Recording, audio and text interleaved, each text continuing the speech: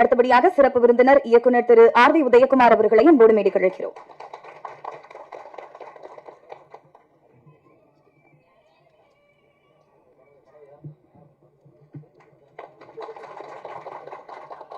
அடுத்தபடியாக சிறப்பு விருந்தினர் இயக்குனர் திரு அரவிந்த் ராஜ் அவர்களை அன்போடு மேடைக்கு அழைக்கிறோம்.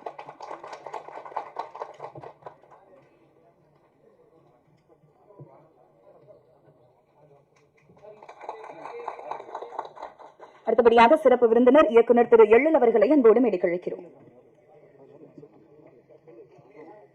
அடுத்தபடியாக சிறப்பு விருந்தினர் இயக்குனர் திரு ஏ. வெங்கடேஷ் அவர்களை அன்போடு மேடைக்கு அழைக்கிறோம்.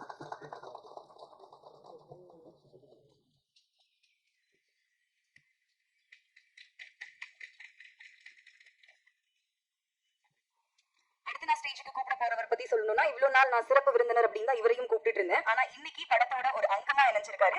EMI படத்துல ஒரு முக்கியமான கதாபாத்திரத்துல நடிச்சு படத்துக்கு பாடல்களும் எழுதி இருக்கக்கூடிய இயக்குனர் திரு பேரரசு அவர்களை அன்பான மேடைக்கு அழைக்கிறோம்.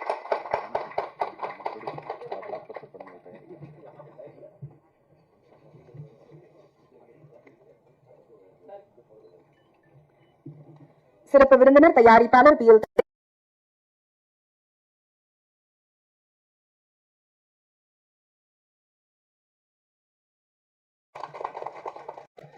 அடுத்தபடியாக சிறப்பு விருந்தினர் இயக்குனர் SR பிரபாகரன் அவர்களை அன்போடு மேடைக்கு அழைக்கிறோம்.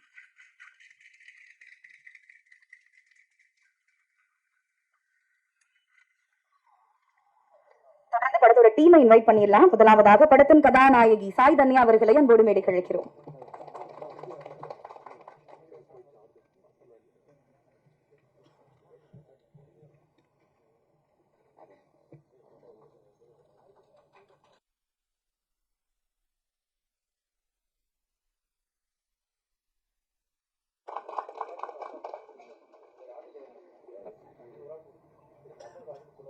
அடுத்தபடியாக நடிகர் பிளாக் பாண்டி அவர்களை அன்போடு மேடைக்கு அழைக்கிறோம்.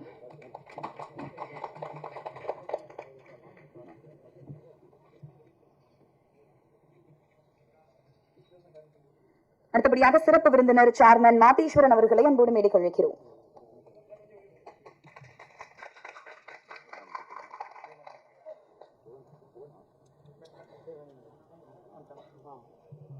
அடுத்தபடியாக சரியான தருணத்துல நம்ம கூட மேடையில இணைய இன்னொருத்தவங்களும் வந்திருக்காங்க. எவர்கிரீன் நடிகை தேவயானி அவர்களை அன்போடு மேடைக்கு அழைக்கிறோம்.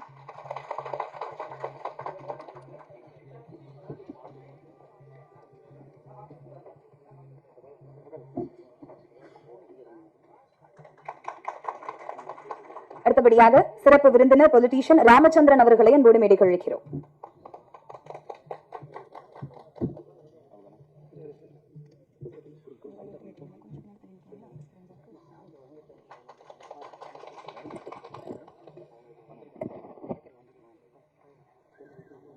படத்தின் இசையமைப்பாளர் ஸ்ரீநாத் பிச்சை அவர்களை அன்போடு மேடைக்கு அழைக்கிறோம்.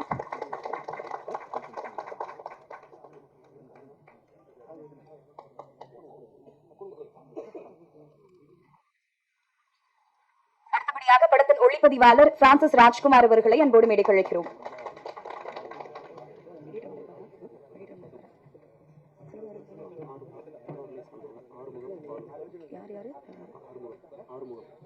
என்ன பண்றாங்க? ஆறுமுகம், ரமேஷா, மூணு பேரா? ரமேஷா, ஆறுமுகமா?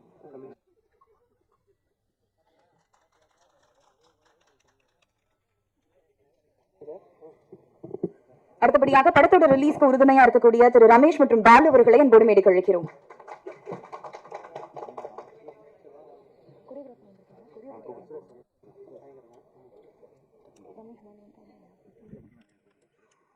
அடுத்தபடியாக படத்தோட கொரியோகிராஃபர் சுரேஷ் சுத் அவர்களை அன்போடு மேடைக்கு அழைக்கிறோம்.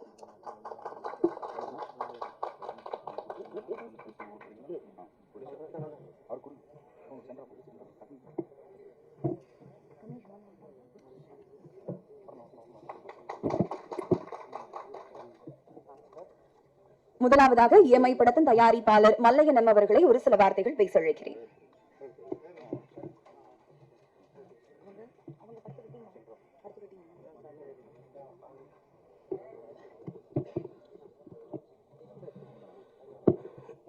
EMI படத்திற்கு ஆடியோ ட்ரெய்லர் லான்ச்சிங் வரை தந்திருக்கும் எமது சிறு பரப்பலாக திரையுலக நாயகன் அன்னார் கே பாக்கியராஜ் அவர்களும், இயக்குனர் திரு ஆர் உதயகுமார் அவர்களும், இயக்குனர் திரு பேரரசு அவர்களும், தயாரிப்பாளர் PL தேனப்பன் அவர்களும், இயக்குனர் திரு எழில் அவர்களும், இயக்குனர் R வெங்கடேசன் அவர்களும், இயக்குனர் SR பிரபகன் அவர்களும், இயக்குனர் திரு அரவிந்த்ராஜ் அவர்களும், திருமதி நடிகை தேவன் அவர்களும் உரைத்ததற்கு நன்றியை தெரிவித்துக் கொள்கிறேன். EM என்பது இரண்டு விதமான இது இருக்கு. ஒன்று ப்ளஸ் ஆர் மைனஸ். EM எடுத்து எத்தனை பேருக்கு சரியான பயன்படுத்தாங்களா, எத்தனை நபர்கள் சூசைட் பண்ணியிருக்காங்க. மன அழுத்தம் வந்து பாதி உடல்நிலை வந்து இயற்கை உடல்நிலை பாதிப்பு இல்லாமல் EM எடுத்து எத்தனை பேர்கள் EM எடுத்து அதில் வியாதி வந்து உடல்நிலை பாதிப்பு வந்து 90% மக்கள் வந்து மன அழுத்தம் வந்து EM பாதிப்பட்டிருக்காங்க. அதை பற்றி தான் நாங்கள் வந்து இங்கே வந்து EMI வந்து இந்த படத்தின் மூலமாக நிறைவேற்றப்பட்டுள்ளது. அதே மாதிரி EMI வந்து இந்த மொபைல் வந்து கிட்டத்தட்ட டாப் ஒரு வீடியோ எல்லாத்துக்கும் EMI பயன்படுத்துகிறாங்க. சரியாக பயன்படுத்த வேண்டும் என்று இந்த வாய்ப்பினை அளித்ததுக்கு நன்றி கூறி விடைபெறுகிறேன். நன்றி, வணக்கம். Thank you sir. அடுத்தபடியாக கிராமப்புற வாழ்க்கையை தன்னோட படங்கள் மூலமா ரொம்ப தத்ரூபமா, கமர்ஷியலா, எமோஷனலா காமிச்ச சூப்பர் ஹிட் இயக்குனர் RV உதயகுமார் அவர்களை பேச அழைக்கிறேன்.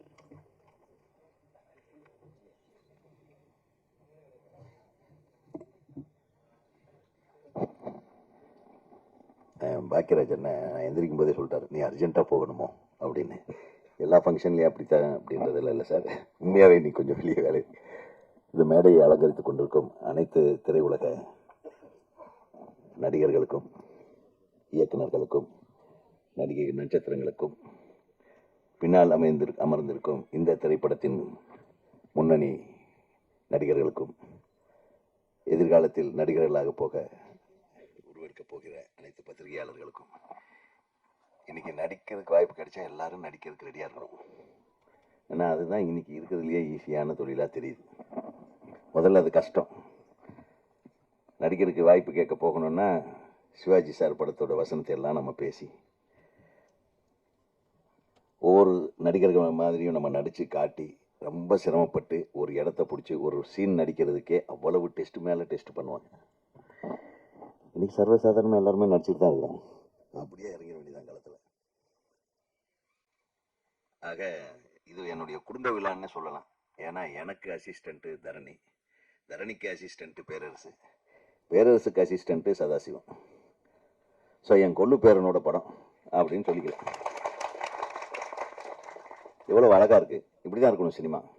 ஃபிலிம் இண்டஸ்ட்ரியில் எப்படி இயக்குனர் இமயம் பாரதிராஜா, பாக்கியராஜன், அதுக்கப்புறம் பார்த்திபன், பாண்டியராஜன் அப்படின்னு கொள்ளு பேரன் எடுத்துகிட்டு உட்காந்துருக்கிற மிகப்பெரிய தாத்தா பாக்கியராஜன். ஸோ இந்த மாதிரி தாத்தாக்களாக இங்கே நாங்கள் எல்லாம் கலந்து கொண்டிருக்கும் இந்த EMI, இது உண்மையிலுமே சதாசிவத்துக்கு ஃபஸ்ட்டு EMI சக்ஸஸ் ஆயிருன்னு நினைக்கிறேன். எந்த டெபிட்டும் இல்லாமல் அவர் சொன்னார், ப்ரொடியூசர் அழகாக சொன்னார், EMI கட்ட முடியாமல் கெட்டவனும் உண்டு, EMI கட்டி தப்பிச்சு வாழ்ந்தவனும் உண்டு.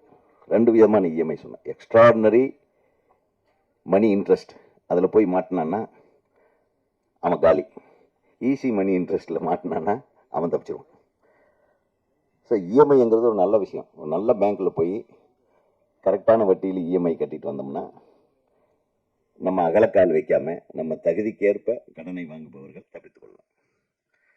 நம்ம தகுதியை மீறி கடன் வாங்கணும்னா தான் கண்ணாமொழி திருகி, கண்ணு பிதுங்கி, நாக்கு தள்ளி மற்ற விஷயமெல்லாம் நடக்கும்.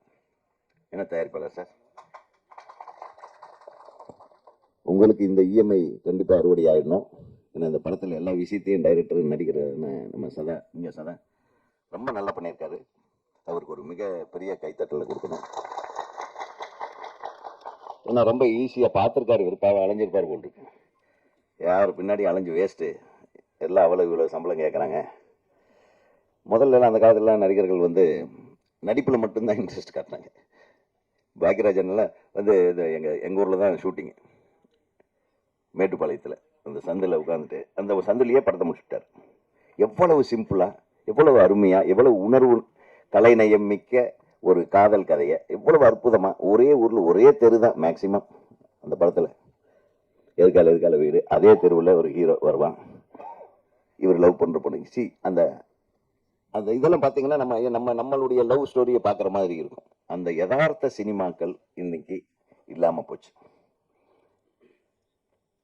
இன்னைக்கு தான் நான் ஒரு ஆடியோ ரிலீஸுக்கு போறேன்னு என் ஃப்ரெண்ட் ஒருத்தர்கிட்ட சொன்னேன். ஃபோனில் என்ன அர்ஜென்ட்டாக பார்க்கணும்னு சொன்னார்.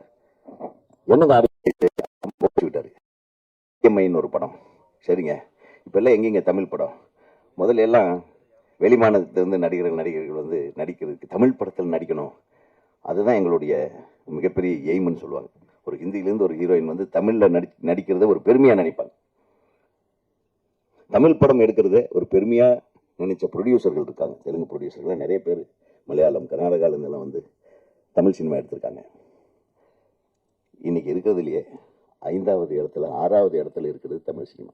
இன்னைக்கெல்லாம் தெலுங்கு சினிமா நம்பர் 1 இருக்கு, மலையாள சினிமா நம்பர் 2 இருக்கு, கர்நாடகா சினிமாவும் நல்லா இருக்கு. இதுக்கு காரணம் யாரு? கிரியேட்டர்கள் இங்க இருக்காங்க, இல்லாம இல்லை. சரியான தயாரிப்பாளர்கள் இல்லை. சரியானவர்களை தேர்ந்தெடுக்கக்கூடிய தயாரிப்பு நிறுவனங்கள் எல்லாம் இப்போ அவங்க பூட்டு போட்டிட்டு வீட்டுக்கு போயிட்டாங்க. பெரிய பெரிய தயாரிப்பு நிறுவனங்கள் எல்லாம் இன்று படம் எடுக்கக்கூடாது என்ற முடிவோடு இருக்கிறார்கள். ஏனென்றால் முதல்ல படம் எடுத்தால் ஈஸியாக வியாபாரம் ஆயிடும். இப்போ முந்தானை முடிச்சாகட்டும், எஜமான் ஆகட்டும்,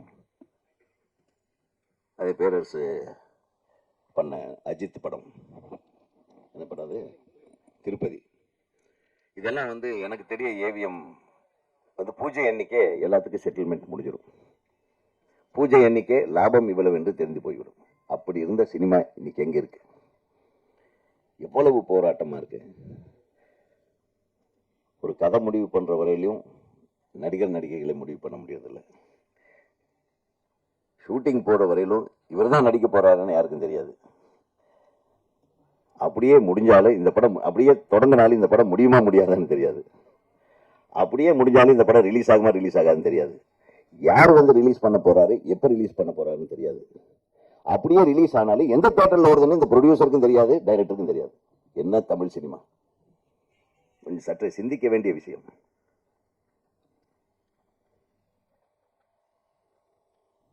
நம்ம தமிழ் இயக்குநர்களிடம் இல்லாத அறிவும் புத்திசாலித்தனமும் வேற யாருக்கிட்டையும் கிடையாது.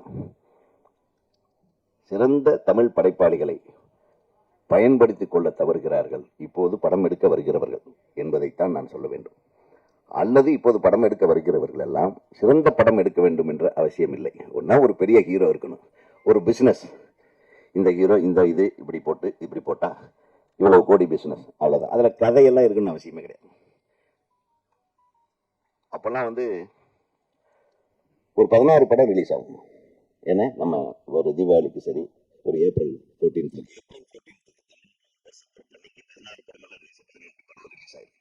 16 படம் ஹிட் ஆயிடும். ஒரு 12 படம் 100 நாள் ஓடும், ஒரு 5 படம் 175 நாள் ஓடும். ஒவ்வொரு படமும் ஒவ்வொரு கதைக்களத்தோட இருக்கும். ஒரு ஊரில் ஒரு ராஜகுமாரி ஓடும், ஒரு எஜமான் ஓடும், ஒரு வால்டர் வெட்டிவேல் ஓடும். ஒவ்வொன்றும் ஒவ்வொரு வேற வேற மாதிரி கதைக்களத்தோட, ஒவ்வொரு நடிகர்களுக்குள்ள ஒரு போட்டி இருக்கும்.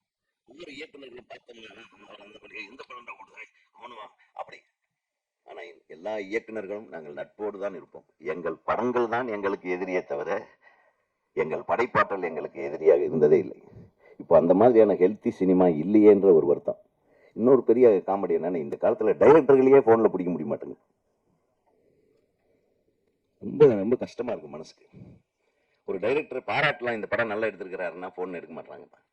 கேட்டா அந்த நம்பர் போன வாரம் தாங்க இருந்தது, இந்த வாரம் வேற மாத்திட்டாங்கன்றாங்க. எங்கே நோக்கி போய்கொண்டிருக்கிறது தமிழ் சினிமா? இதையெல்லாம் திருத்துவதற்காகத்தான் இந்த இஎம்ஐ மாதிரியான படங்களை நம்ம ஆதரிக்க வேண்டும். 15 படம் பெரிய படங்கள் ரிலீஸ் ஆகுது, ஒரு படம் 2 படம் தான் ஓடுது.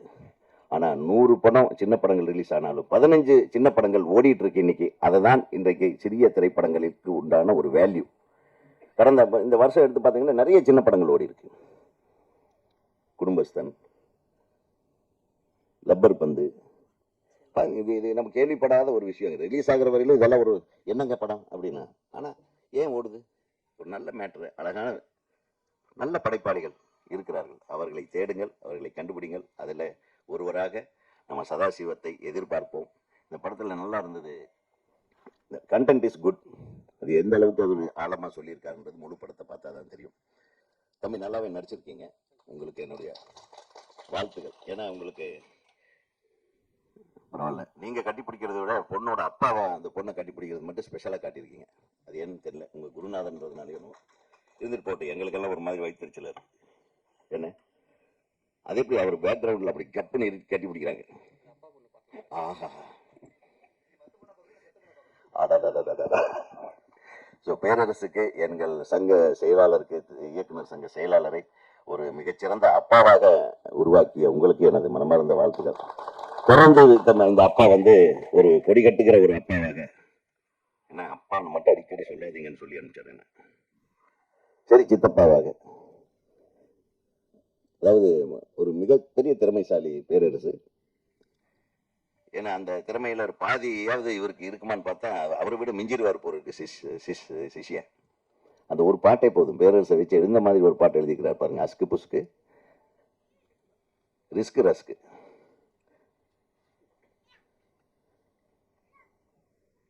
ஒரு மிகப்பெரிய ஒரு ஹிட் பாட்டு அது. அது வேணா நிச்சயமா. ஏன்னா விஜய் படத்துல வந்து நான் திருப்பி திருப்பி சொல்லுவேன், திருப்பாச்சிலையும் சிவகாசிலையும் இவர் எழுதின பாட்டெல்லாம் தாறுமாறு. நம்ம அப்போ கூட நம்ம ரொம்ப ஸ்பீடாக இருக்கடா ஒன்றும் புரியலையே அப்படின்னு சொல்லி கேட்போம். ஆனால் இன்னைக்கு அதுதான் இன்னைக்கு வர்ற படங்க. அதாவது அர்த்தத்தோடு இருந்தது அவர் எழுதுனது. இப்போ என்ன என்ன எழுதுறாங்கன்னே தெரிய மாட்டேங்குது. ஆனால் திரும்பவும் அவரை நீங்கள் அருமையான பாடலை எழுத வைத்தமைக்காக நான் எனது மனமார்ந்த நன்றியை தெரிவித்துக் கொள்கிறேன். ஏன்னா தம்பிக்கு நிறைய டேலண்ட் இருக்கு. தொடர்ந்து அண்ணன் பாக்கியராஜ் அவர்களும் அந்த மேடையில் அமர்ந்திருக்கும் அனைத்து பெரியவர்களும் என்னுடைய நண்பர்களும் எல்லாம் பேசவிருக்கிற காரணத்தினால் இந்த திரைப்படத்தின் ஹீரோயினும் நல்லா தான் நடிச்சிருக்கீங்க தானே. நீங்கள் அது வேறு நான் உங்களை சொல்லன்னு உங்கள் அப்பா கோச்சுக்கு போகிறாரு. நல்லா நடிச்சிருக்கேன். அப்புறம் இசையமைப்பாளரை பற்றி சொல்லணும். அவருடைய விழா இன்னைக்கு வாங்க. அவர் ரொம்ப சின்ன பையனாக தெரிஞ்சாலும் பெரிய வேலை பண்ணிக்கிறீங்க போல் இருக்கு. ஸோ நீங்களும் அனிருத் மாதிரி ஒரு பரபரப்பான ஒரு இசையமைப்பாளராக வர வேண்டும். அதே மாதிரி நல்ல இசை, இனிமையான இசை மட்டுமல்ல, நல்ல லிரிக்ஸ் எல்லாம் கேட்குற மாதிரியான இசை போடுங்க. உங்களுக்கு ஒரு நிச்சயமாக ஒரு நல்ல எதிர்காலம் இந்த திரைப்படத்தின் மூலம் உருவாக இருக்கிறது என்பதை நான் தெரிவித்துக் கொள்கிறேன்.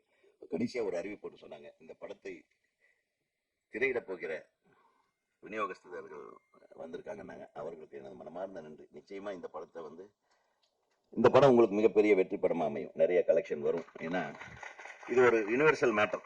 கண்டென்ட் தான் இஎம்ஐ. என்னவே அது கண்டென்ட். அந்த இஎம்ஐ உங்களுக்கும் தப்பு இல்லாமல் சேரும் அப்படின்ற ஒரு நம்பிக்கை ஏற்படுத்துகிறது. இந்த விழாவில் நான் கொஞ்சம் அர்ஜென்ட்டாக உண்மையாகவே போவேன் இருப்பதனால அண்ணன் அவர்கள் என்ன மன்னிக்கணும், என் தம்பி அவர்கள் மன்னிக்கணும், அரவிந்தராஜ் அவர்களும் சரி, நம்ம தம்பி நடிகர் இயக்குனர் மன்னிக்கணும், பிரபாகர் அவர்களும் சரி, தேனப்பன் அவர்களும் சரி, சகோதரி தேவயானி அவங்களும் இயக்குனராக இப்போ மாறி இருக்காங்க. நம்ம சங்கத்தில் உறுப்பினராக போகிறாங்கன்னு நினைக்கிறேன். ஆயிட்டாங்களா? நம்ம அதை கூடிய விரைவில் அவங்க ஒரு படம் வெளியிட போகிறாங்க. அவங்க இயக்கிய குறும்படம். ஒரு மிக அழகான டைட்டில். அது ரொம்ப அழகான டைட்டில். அந்த டிசைனும் நல்லா இருந்தது. உங்களுக்கும் என்னுடைய மனமார்ந்த வாழ்த்துக்களை இந்த மேடையில் பத்திரிகையாளர்கள் முன்னால் தெரிவித்துக் கொள்கிறேன். ஏன்னா நீங்கள்லாம் வரணும். வந்தால் தான் ஒரு தமிழ் சினிமாவில் ஒரு பெரிய மாற்றம் கொண்டு வரும். நல்ல சிந்தனையாளர்கள் வர வேண்டும். அந்த விஷயத்தில் தேவயானி அவர்கள் ஒரு நல்ல போராளி, ஒரு அழகான போராளி. எங்கே தப்பு நடக்கோ எதிர்த்து கேட்பாங்க. தயாரிப்பாளர் சங்கத்தில் கேட்பாங்க, நிறைய பேசுவாங்க. ஏன் நீங்கள் இப்படி செய்யக்கூடாதுன்னு கேட்பாங்க. ஒரு நல்ல குரல் கொடுக்கக்கூடிய ஒரு புரட்சியாளராக அவங்க இருக்கிறது எங்கள் சங்கத்துக்கு நல்லா இருக்கும். சீக்கிரம் நம்ம ராஜகுமாரங்கிட்ட சொல்லி உங்களுக்கும் கார்டு வாங்கிருங்க. ஆமாம். ஆக இந்த திரைப்படம் வெற்றிகரமான திரைப்படமாக அமைய எல்லாம் உள்ள இறைவனை வேண்டி விடைபெறுகிறேன். நன்றி, வணக்கம். Thank you sir. அடுத்தபடியாக மற்றொரு நடிகை நம்மளோட மேடையில இணைய கூடிய நடிகை அபி இலக்கியா அவர்களை அன்போடு மேடை கழிக்கிறோம். So please join us now. அடுத்தபடியா பேச இருக்கிறவங்களை பத்தி சொல்லணும் அப்படின்னா, நாம எல்லாருமே EMI படத்தோட ட்ரெய்லர் அண்ட் சாங்ஸ் பார்த்தோம். சோ படத்துக்கு இசையும் சரி, ஒளிப்பதிவும் சரி மிகப்பெரிய பலமா அமைஞ்சிருக்கு அப்படின்னு தான் சொல்லணும். அந்த அளவுக்கு படத்துக்கு ரொம்ப அழகா ஒளிப்பதிவு பண்ணியிருக்கக்கூடிய டிஓபி பிரான்சிஸ் ராஜ்குமார் அவர்களை அன்போடு பேச அழைக்கிறேன்.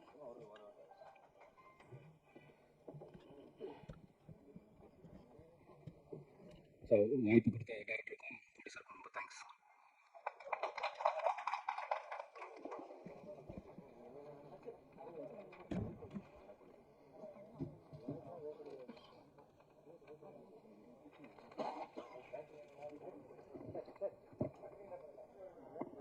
பயங்கர ஷார்ட் அண்ட் ஸ்வீட்டா பேசி முடிச்சிட்டாங்க. Thank you sir. அடுத்தபடியாக சின்ன திரையில தன்னோட ஹியூமர் சென்ஸ் மூலமா நம்ம எல்லாரையும் ரசிக்க வச்சவர், நிகழ்ச்சி தொகுப்பாளர், மிமிக்ரி ஆர்டிஸ்ட் அப்படின்னு பன்முக தன்மை கொண்டவர். இப்ப வெள்ளித்திரையிலும் ஒரு நல்ல நடிகரா வலம் வந்துட்டு இருக்கக்கூடிய நடிகர் ஆதவன் அவர்களை பேச அழைக்கிறேன்.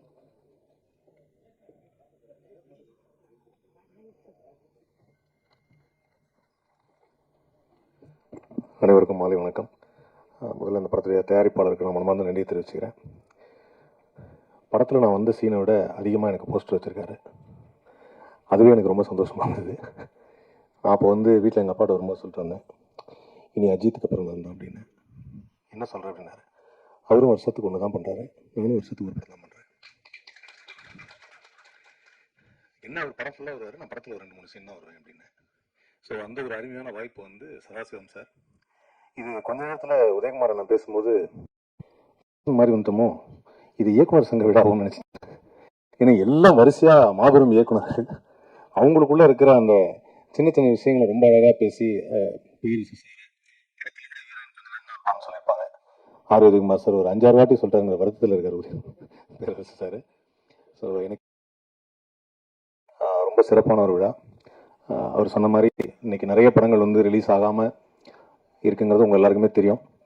ஸோ இந்த மாதிரி படங்களை நம்ம ஆதரவு கொடுக்கணும், என்கரேஜ் பண்ணுங்கிறதும். ஸோ அதுக்காக இங்கே வந்திருக்கக்கூடிய இயக்குனர்கள், திரைக்கதையின் பிதா திரு கே பாக்யராஜ் அவர்களும், ஆக்ஷன் பட இயக்குனர் பேரரசு அவர்களும், ஆக்ஷன் படத்தின் மற்றும் ஒரு சிறப்பான இயக்குனர் ஏ வெங்கடேஷ் அவர்களுக்கும், எஸ்.ஆர். பிரபாகரன் அவர்களுக்கும், பி.எல். தேனப்பன் அவர்களுக்கும், தேவயானி மேம் அவர்களுக்கும் மற்றும் இங்கு அமர்ந்திருக்கும் நடிகர்கள் எல்லாருக்கும் நான் நன்றியை தெரிவிச்சுக்கிறேன்.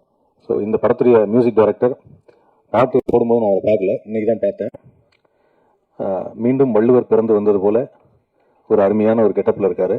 இது வரைக்கும் நீளமாக முடி வச்சாங்க, ஆனால் இப்போ முடி வச்சு மேலே கொண்டை போட்டு இருக்காரு. ஸோ யாருக்காவது வள்ளுவர் பற்றி படம் எடுக்கணும், டாக்குமெண்ட் எடுக்கணும்னா தயவு செய்து அவரை அணுகவும். இளம் வயதில் வள்ளுவர் இப்படித்தான் இருந்தார் அப்படின்னு சொல்றதுக்கு ஒரு வாய்ப்பு இருக்கு. சொல்ல முடியாது, இன்ஸ்டாகிராமில் வீடியோ போட்டு இதுதான் வள்ளுவரின் சிறிய வயது புகைப்படம்னு கூட போடுவாங்க, அதையும் நம்ம பார்த்து லைக்கும் போடுவோம். ஸோ அதனால அந்த மாதிரி ஒரு அற்புதமான வாய்ப்பு அவருக்கு இருக்கு. இந்த படத்து மூலியமா நயன்தாராக்கு பிறகு இனிமே எனக்கு பட்டம் வேண்டாம் அப்படின்னு சொல்லி பிளாக் பாண்டி, இனி அவரை பாண்டி என்று அழைக்கணும் அப்படின்னு சொல்லியிருக்காரு. எனக்கு இந்த பட்டமெல்லாம் வேணாம், என்னுடைய பேரே நல்ல பேர் அப்படின்னு இருக்காரு. அதனால அவர் இனிமேல் பாண்டின்னு தான் நீங்கள் சொல்லணும். பாண்டி நல்லா டான்ஸ் எல்லாம் ஆடி நமது தளபதி விஜய் இல்லாத குறைய தீப்பாரு அப்படின்னு தெரியுது. ஏன்னா அந்த அளவுக்கு ஒரு பர்ஃபார்மன்ஸ் இருக்கு. அந்த சதாசிவம் சார் டைரக்டராக படத்தை டைரக்டும் பண்ணிட்டு நடுவில் ஃபினான்ஷியலாக ஹேண்டிலும் பண்ணிட்டு எப்படி இவ்வளோ சிரிச்சிங்கே நடிச்சிங்க அப்படின்னு சொல்லி ஒரு டவுட் எல்லாருக்குமே இருக்கு. ஏன்னா படம் ஃபுல்லாகவே எல்லா சீன்லுமே ஒரு ஸ்மைலிங்லேயே இருக்காரு. அதில் எனக்கு தெரிஞ்ச அவருக்கு இஎம்ஐ கட்டலைங்கிற சோகமே 2-3 இடத்துல தான் இருக்கு. மற்ற இடத்துல எல்லாத்துலேயுமே அவ்வளோ அழகாக ஒரு ஸ்மைலிங் ஃபேஸ் அது. ஸோ அந்த ஃபேஸ் எனக்கு ரொம்ப பிடிச்சிருந்தது சதாசிவம் சார். நான் உங்களோட பெரிய ஃபேன் ஆகிட்டேன். ஸோ இந்த படத்துடைய மியூசிக் டைரக்டர், கேமராமேன் எல்லாருமே ரொம்ப நல்லா பண்ணியிருக்காங்க. அண்ட் ஏற்கனவே சொன்ன மாதிரி பெரிய படங்கள், இன்னைக்கு இருக்கிற தயாரிப்பாளர்கள் எல்லாருமே என்னோட ஃப்ரெண்ட் ஒருத்தர் கதை சொல்ல போனார். படம் என்ன தம்பி, ஒரு 40 கோடி ரூபா பட்ஜெட் இருக்குமா ஒருத்தர் கேட்டார். இல்லை சார் 4 கோடி ரூபா தான். ஏன் 4 கோடி நான் படம் பண்ணுறதுல பண்ணிட்டார். ஸோ அதனால் இப்போ இருக்கிற தயாரிப்பாளர்கள் எல்லாருமே 40 கோடிக்கு படம் பண்ணணும், பெரிய லெவலில் பேசணும், பிஸ்னஸ் அந்த வெளியில் 4 பேருக்கு தெரியணும் அப்படின்னு நினைக்கிறாங்க. தவிர கண்டென்ட்டுக்கு முக்கியத்துவம் கொடுக்குறதில்ல அப்படின்னு சொன்னார். ரொம்ப சிறப்பான ஒரு விஷயத்தை உதயகுமார் சொல்லிட்டு போயிருக்காரு. உண்மைதான். ஆனால் ஒரே ஒரு விஷயம் மட்டும் தெளிவாக நம்ம எல்லாரும் நம்பணும். லைஃப்பில் அட்வான்ஸ் டெக்னாலஜி வரும், லேட்டஸ்ட் ஃபுட்டு வரும், என்ன வேணாலும் வரும், பீஸா வரும், பர்கர் வரும், என்ன வரும். ஆனால் எங்கள் தெருவில் ஒரு ஓரமாக ஒரு அம்மா இட்லி சுட்டுருச்சு. கடந்த 25 வருஷமா அந்த இட்லி மட்டும் தான் சுட்டு வைக்குது. அந்த இட்லியை சாப்பிட்றதுக்குன்னு எப்பவுமே வந்துட்டு இருக்காங்க. காரணம் என்னன்னா, பசியை போக்குறதுக்கு நம்ம மனசுக்கு பிடிச்சது இட்லி தான். அதனால அங்கே என்ன தெரிஞ்சுக்கிட்டோம்னா, கான்டென்ட் தான் ரொம்ப முக்கியம். சும்மா கடையில் நம்ம சாயம் போட்டுட்டு பூசிக்கிட்டே இருக்க முடியாது அப்படின்னு. ஸோ அதனால எது புதுசாக வந்தாலும் இன்னைக்கு கதை ரொம்ப முக்கியம். கண்டிப்பா அதை வருங்காலத்தில் வரக்கூடிய திரைப்படங்கள் எல்லாம் அப்படி வரக்கூடிய திரைப்படங்கள்ல ஒரு வருஷத்துக்கு ஒன்றாவது நான் நடிப்பேன் அப்படிங்கிற நம்பிக்கை எனக்கு இருக்கு. எனக்கு நடிகர் சங்க கார்டு இருக்கு, உறுப்பினர் சார். அதனால இயக்குனர் சங்கத்தில் சேர வாய்ப்பில்லை சார். ஸோ விரைவில் உறுப்பினராக முழு ஆதாரத்தோடு நான் இருக்கிறேன் என்பதை உங்கள் மத்தியில் நான் தெரிவித்துக் கொள்கிறேன். அதனால் அடுத்த வருடம் அடுத்த திரைப்படத்தில் உங்களை சந்திக்கிறேன். நன்றி, வணக்கம். இயக்குனர்கள், ஜாம்பவான்கள் அனைவருக்கும் வணக்கம். இந்த படத்தில் வாய்ப்பளித்த சதாசிவம் அவருக்கும் நன்றி சொல்லிக்கிறேன். இந்த படத்தில் வந்து பேரர் சார் வந்து ஒரு சாங் எழுதியிருக்காரு அப்படின்னு சொல்லி அந்த சாங்கை தான் ஃபஸ்ட்டு நான் கேட்டேன் போய். பேரர் சார் வந்து வரிகள் எப்போவுமே வந்து பார்த்திங்கன்னா பவராக இருக்கும். அப்போ நம்ம அந்த சாங் பண்ணுறோம் அப்படின்னா இதை நம்ம வந்து ஒரு பெரிய லெவலில் இதை நம்ம பண்ணணும். எங்கேயுமே வந்து நமக்கு வந்து ஒரு போர் அடிக்கூடாது. அந்த சாங் ஓப்பனிங்லேருந்து எண்டு முடிகிற வரைக்கும் சாங் கேட்கும் போது வந்து பார்த்திங்கன்னா பயங்கர எனர்ஜியாக இருக்கும். பட் அந்த எனர்ஜி வந்து விஷுவலில் குறையக்கூடாது அப்படின்னு அதுக்கு தகுந்த மாதிரி பிளான் பண்ணி எடுத்திருக்கோம். அவர் சதாசிவம் நல்லா ஆடி இருக்காரு அப்படின்னு நினைக்கிறேன். சார், நீங்கள் எழுதின சாங் பண்ணதுக்கு நான் பெருமைப்படுறேன் சார். ரொம்ப நன்றி சார். இதில் 2 சாங் பண்ணியிருக்கேன். இந்த படத்தில் வாய்ப்பு வந்து மேனேஜர் பாலாஜி மூலமா எனக்கு கிடச்சிது. அவருக்கும் நன்றி சொல்லிக்கிறேன். இந்த படம் வந்து இஎம்ஐ. இன்றைக்கி நம்ம எல்லோரும் உட்காந்துருக்கோம். எல்லோரும் ஒரு இஎம்ஐயில் மாட்டிட்டு தான் இருப்போம். அந்த இஎம்ஐ வந்து எப்படி கட்ட முடியுது, கட்ட முடியல அப்படிங்கிற 2 விஷயம்தான். இதை வந்து அழகாக அந்த படத்தில் வந்து சொல்லியிருக்காரு. இந்த மாதிரி படத்துக்கு நீங்கள் எல்லாருமே சப்போர்ட் பண்ணணும். இதை மக்கள்கிட்ட போய் சேர்க்கணும். இந்த படம் பெரிய லெவலில் ரீச் ஆகணும்னு இறைவனை வேண்டிக்கிறேன். நன்றி, வணக்கம்.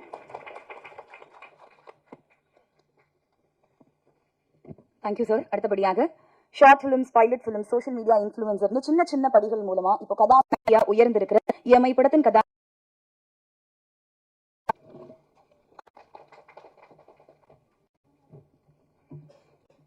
எல்லாருக்கும் வணக்கம். ஸோ இஎம்ஐ படம் பற்றி சொல்லணும்னா வந்துட்டு ஒரு அழகான ஒரு கிருஷ்ணகிரியில் தான் ஃபுல்லாக நாங்கள் பண்ணியிருந்தோம். ஸோ கொரியோகிராஃபர் சார் சொன்ன மாதிரி இஎம்ஐ வந்து நிறைய பேர் அதோட பாசிட்டிவ்ஸும் அனுபவிச்சிருப்பீங்க, நெகட்டிவ்ஸும் அனுபவிச்சிருப்பீங்க. இந்த படம் மெயினாக வந்துட்டு இஎம்ஐயோட நெகட்டிவ்ஸ் வந்துட்டு கொஞ்சம் காமிச்சிருக்கோம். ஐ திங்க் இது வந்து ஒரு விழிப்புணர்ச்சியாகவே இருக்கும் நிறைய பேருக்கு பார்க்குறப்போ. பிகாஸ் எந்த அளவுக்கு ஆசைப்படுறோன்னு ஒன்று இருக்குது, எந்த அளவுக்கு நம்மளால் பண்ண முடியும்னு ஒன்று இருக்குது. ஆசைப்படலாம், பட் அதுக்கான வந்துட்டு இந்த இது படம் காமிக்கும். ஸோ உங்களுக்கு இருந்துச்சுன்னா இஎம்ஐனால நீங்கள் இந்த படத்தை போயிட்டு அவங்களுக்கு ஒரு விழிப்புணர்ச்சி கொடுக்கலாம். ஸோ அந்த மாதிரி ஒரு நல்ல படம் இது, நல்ல ஒரு கண்டென்ட். சதாசிவம் சார் வந்து எனக்கு இந்த கண்டென்ட் சொல்கிறப்போ எனக்கு ரொம்ப பிடிச்சிருந்துச்சு. ஸோ அதுக்கு ஏற்ற மாதிரி சாருமே நிறைய ஹார்ட் ஒர்க் போட்டிருக்காரு இந்த படத்தில். ஸோ கண்டிப்பாக உங்கள் ஃபேமிலி அண்ட் ஃப்ரெண்ட்ஸ் எல்லாரையும் கூட்டிகிட்டு போயிட்டு இந்த படத்தை பாருங்கள், சப்போர்ட் பண்ணுங்கள். And thank you to all the media people வந்து எங்கள் படத்தை எங்களோட ஆடியோ லான்ச்க்கு வந்து சப்போர்ட் பண்ணதுக்கு. அண்ட் இவ்வளோ எஸ்டீம் கெஸ்ட்டுக்கு நடுவில் பாக்யராஜ் சாரோட ஃபேன், பேரரசு சாரோட ஃபேன், அண்ட் தேவயானி மேம் எல்லாருக்கும் பயங்கரமான ஃபேன். அண்ட் பேரரசு சார் வந்து எனக்கு அப்பாவாக நடிச்சது வந்துட்டு I feel so blessed for that. And இந்த ஆப்பர்ச்சுனிட்டி கொடுத்ததுக்கு சதீஷம் சார் தேங்க்யூ ஸோ மச்.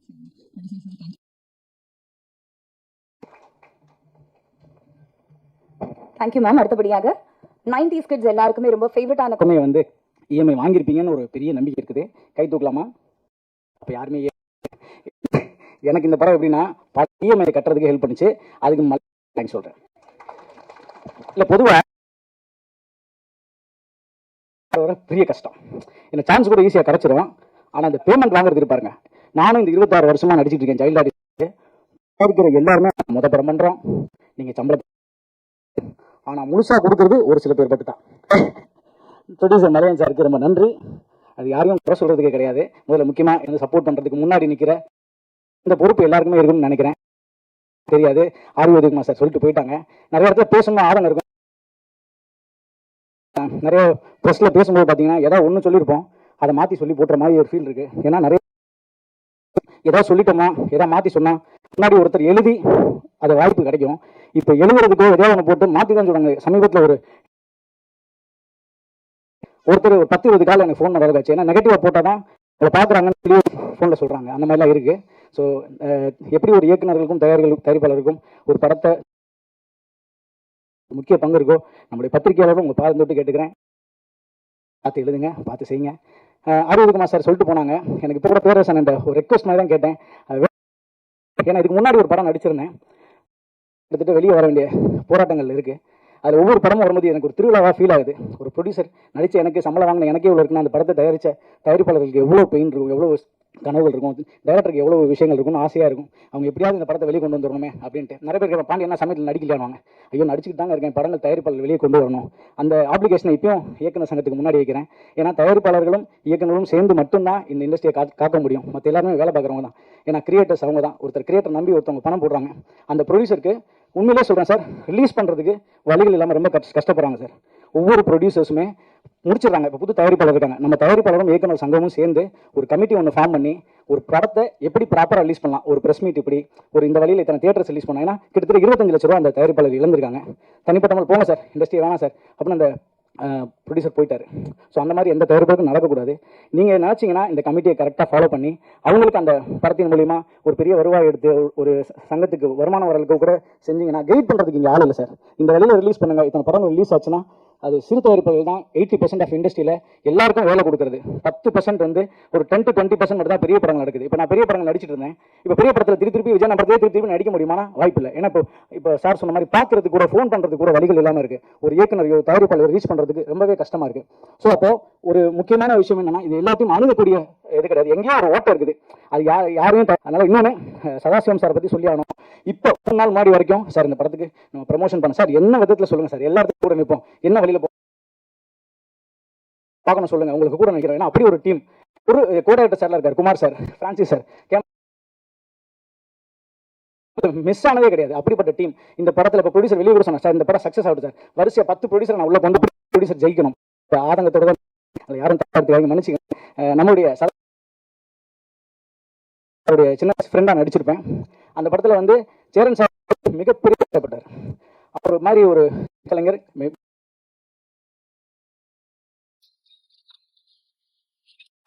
மனசு ரொம்ப கஷ்டமா இருக்கும். ஐயோ ஷூட்டிங் வந்துட்டோம், ஏன்னா எல்லாருமே சாப்பிடுவாங்க,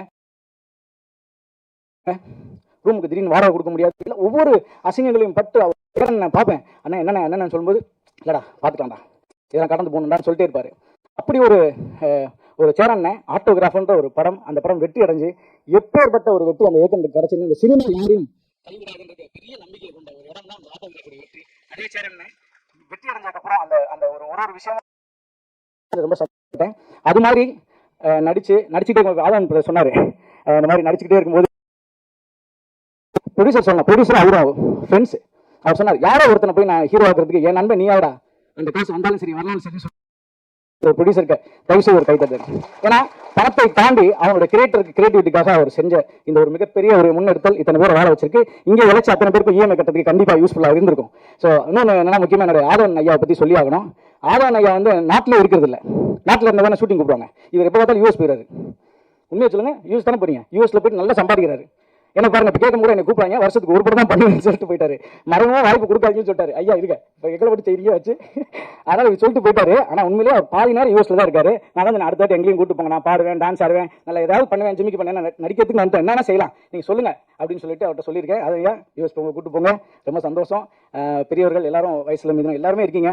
இது வந்து ஒரு முழுக்க ஒரு மனக்குமுறர்கள் தான். நிறைய தயாரிப்பாளர்கள் வேலை வைக்கிறதுக்கு நாங்கள் பிளாக் பாண்டி போய் நின்று ஒரு விஷயம் செய்ய முடியாது. இங்கே இருக்க திரை ஜாம்பவான்கள் Venkatesh sir, Prabhakaran sir, Bhagyaraj sir, Perarasan, Devani ma'am எல்லாருமே சேர்ந்து ஏதாவது ஒரு பெரியவங்க இருக்கீங்க, எங்களுக்கு முன்னாடி இருக்கக்கூடியவங்க இருக்கீங்க, ஏதாவது வழி செய்யுங்க, நல்லபடியாக இருக்கட்டும். இந்த படம் நல்ல வெற்றி அடையணும், பெரிய லெவலில் வெற்றி அடையணும். எங்கள் ப்ரொடியூசருக்கு நிறைய காசை இந்த இயற்கையும் இறை சக்தியும் கொடுக்கணும்னு நான் கேட்டுக்கிறேன். தொடர்ந்து நீங்கள் படம் பண்ணணும் சார். அதில் எல்லாருக்கும் வாய்ப்பு கொடுங்க, இயக்குநர்களை உருவாக்குங்க.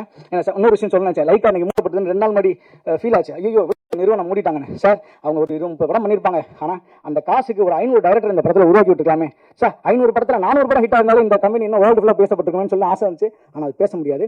தயவு செய்து என்னை மன்னிச்சிருங்க, ஏதாவது தவறாக பேசியிருந்தா. ரொம்ப நன்றி. வாய்ப்புக்கு நன்றி. Thank you sir. அடுத்தபடியாக தமிழ் சினிமால சுந்தர பாண்டியன், செங்கலம் மாதிரியான சிறந்த படைப்புகளை கொடுத்துட்டு இருக்கக்கூடிய சிறப்பு விருந்தினர் இயக்குனர் SR பிரபாகரன் அவர்களை அன்போடு பேச அழைக்கிறோம். அன்புக்குரிய அனைவருக்கும் வணக்கம். பாக்கியராஜ் சார் இருக்க மேடை இது. அந்த மேடையில் நானும் வந்து உட்காந்துருக்கேன், பக்கத்தில் இருக்கின்றதே எனக்கு ஒரு பெருமை. பேரர் சார், அரவிந்த் சார், என்னுடைய குருநாதர் வெங்கடேஷ் சார் எல்லாருமே இருக்க மேடை ரொம்ப சந்தோஷமாக இருக்குது. ஃபஸ்ட்டு வந்து இந்த விழாவுக்கு என்னை அழைத்த பேரர் சாருக்கு வந்து ஒரு பெரிய நன்றி. ஏன்னா வந்து ஒரு குருநாதராக தன்னோட சிஷியர்களுடைய படைப்புகளுக்கு எத்தனை பேர் வந்து அழைப்பாங்கன்னு தெரியலை. அவர் படம் மாதிரி அவரை எடுத்துக்கிட்டு அவர் டைரக்ட் பண்ண ஒரு படம் மாதிரி இதை ஃபீல் பண்ணி ஒவ்வொருத்தரையும் அழைச்சிருக்காரு. இது வந்து பேரரசருக்காக வந்து அவருடைய சிஷியருக்காக பேரரசரோட அழைப்பின் பேரில் வந்த உறவுகள் எல்லாருமே. ஸோ மேடையில் இருக்க எல்லாருக்குமே ஒரு பெரிய நன்றி, பெரிய வணக்கம். தயாரிப்பாளருக்கு வந்து ஃபஸ்ட்டு ஒரு தேங்க்ஸ் சொல்லிக்கிறேன். முதல்ல வந்து எல்லா மேடைகளையும் நான் சொல்கிறது, ஒரு அருமை இயக்குனருடைய படங்களுக்கும் ஒரு புது ஹீரோக்களை வச்சு வர படங்களுடைய தயாரிப்பாளருக்கு வந்து ஒரு பெரிய கட்ஸ் இருக்கணும். அது வந்து உங்ககிட்ட இருக்குது. மற்ற தயாரிப்பாளரோட இன்னும் நீங்கள் எங்கே மாறுபடுறீங்க அப்படின்னு நான் நினைக்கிறேன்னா, ஒரு டைரக்டரே ஹீரோவாக இன்ட்ரோ கொடுக்குறதுக்கு. அதுக்கு நீங்கள் ஒரு பெரிய ஹோப் கொடுத்து அவர் கொண்டு வந்திருக்கீங்க, அதுக்கு ஒரு மிகப்பெரிய நன்றி உங்களுக்கு. செகண்ட் வந்து நான் வந்து டைரக்டருக்கு சொல்லணும், ரொம்ப இயல்பாக இருக்கார் நண்பர் வந்து. ரொம்ப பார்க்கும்போது அதாவது நிறைய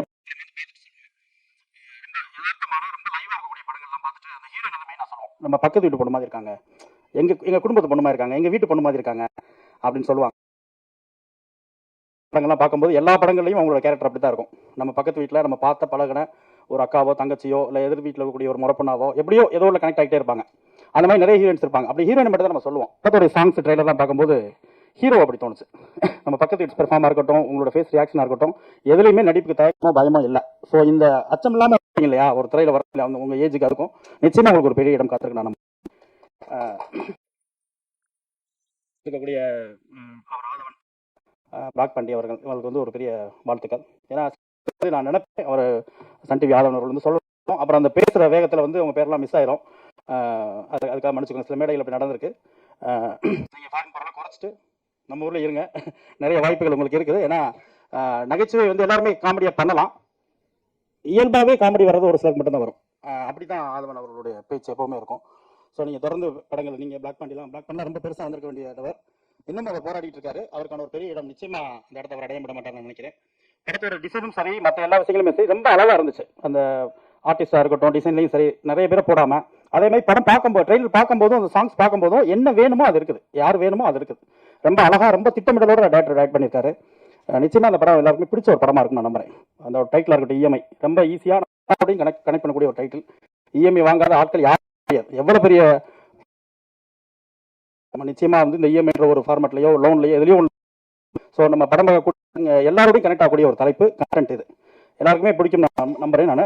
அதே மாதிரி படம் எடுத்திருக்க விதம், அந்த கேமராமேனாக இருக்கட்டும், மியூசிக்காக இருக்கட்டும், எல்லாமே மிக நேர்த்தியாக ரொம்ப பிளானிங்காக ஒவ்வொரு ஷாட்டும் ரொம்ப பிளான் பண்ணி கருதி நம்ம சொல்ல மாட்டோம். ரொம்ப அழகாக அந்த எவ்வளோ அழகாக காமிக்க முடியுமோ அப்படி காமிச்சிருக்காங்க. நிச்சயமாக ஒரு பெரிய படமாக எல்லாருக்கும் பிடித்த படமாக இருக்கும்னு நினைக்கிறேன். வாழ்த்துக்கள். Thank you sir. ஸோ சிறப்பு விருந்தினர்கள் நிறைய பேர் படத்தோட இசையை பத்தி மென்ஷன் பண்ணிட்டே இருந்தாங்க, அவங்க தான் அடுத்து பேச இருக்காங்க. ஸோ நம்ம எல்லாருக்கும் ரொம்ப பிடித்தமான நடிகர் இசையமைப்பாளர் ஸ்ரீநாத் பிச்சை அவர்கள் கொற்றவன் ரூ மாதிரியான படங்களை தொடர்ந்து இப்போ இந்த இஎம்ஐ படத்துக்கும் இசையமைச்சிருக்காங்க. இசையமைப்பாளர் ஸ்ரீநாத் பிச்சை அவர்கள் பேச அழைக்கிறோம். எல்லாருக்கும் வணக்கம்.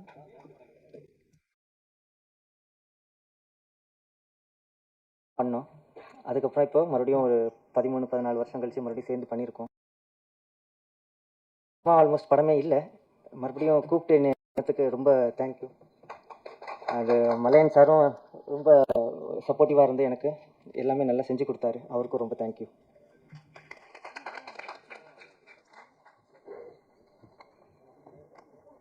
Thank you sir. அடுத்தபடியாக இயக்குனரா பல சூப்பர் ஹிட் படங்களை கொடுத்து ரசிகர்களை கொண்டாட வச்சாரு. வில்லத்தனமான நடிப்பால அதே ரசிகர்களை மிரளவும் வச்ச இயக்குனரும் நடிகருமான திரு ஏ வெங்கடேஷ் அவர்களை அன்போடு பேச அழைக்கிறோம்.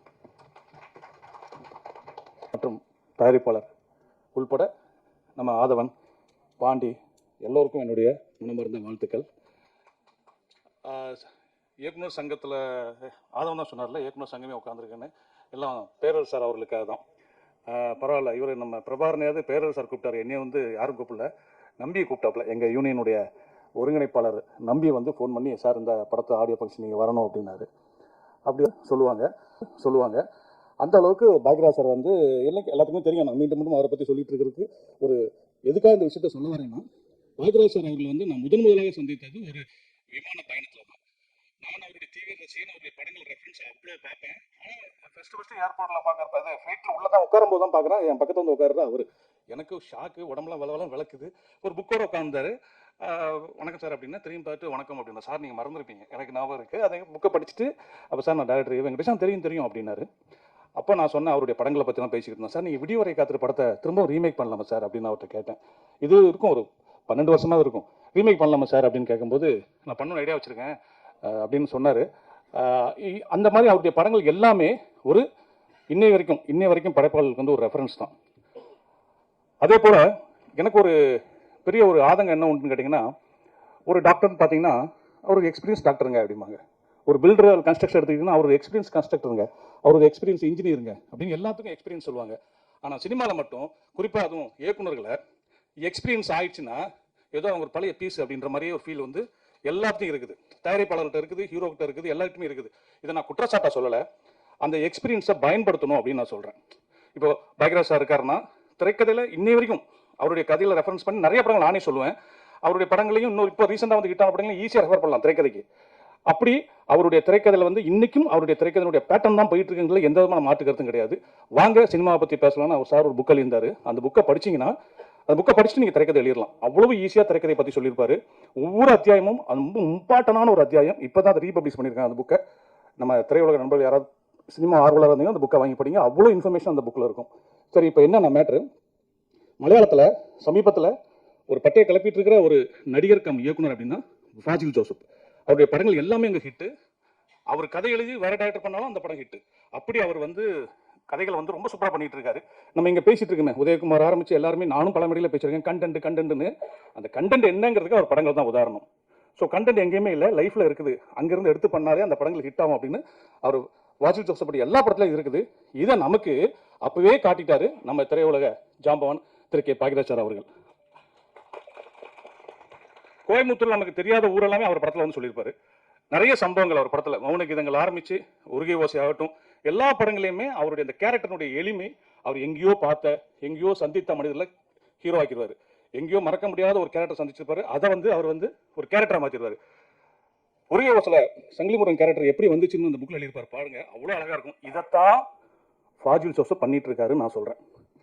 ஆரம்ப காலத்தில் பாலச்சந்திர மேனன் ஒருத்தர் இருந்தார் சாருடைய பீரியட்ல. சார் ஹீரோ நடிச்சிட்டு இருக்கும்போது அங்கே சாருடைய படங்கள் மாதிரியே அங்கே பாலச்சந்திர மேனன் பண்ணிட்டு இருந்தாரு. இப்போ பாசில் ஜோசப் பண்ணிட்டு இருக்காரு. ஸோ இன்னைக்கு வர்ற இயக்குனர்கள் எல்லாருமே பாக்யராஜ் சார் பேட்டர்ல வந்து கதையை எடுத்து ட்ரெண்டுக்கு டக்குன்னு பண்ணாங்கன்னா நிச்சயமா அது ஹிட் ஆகும்.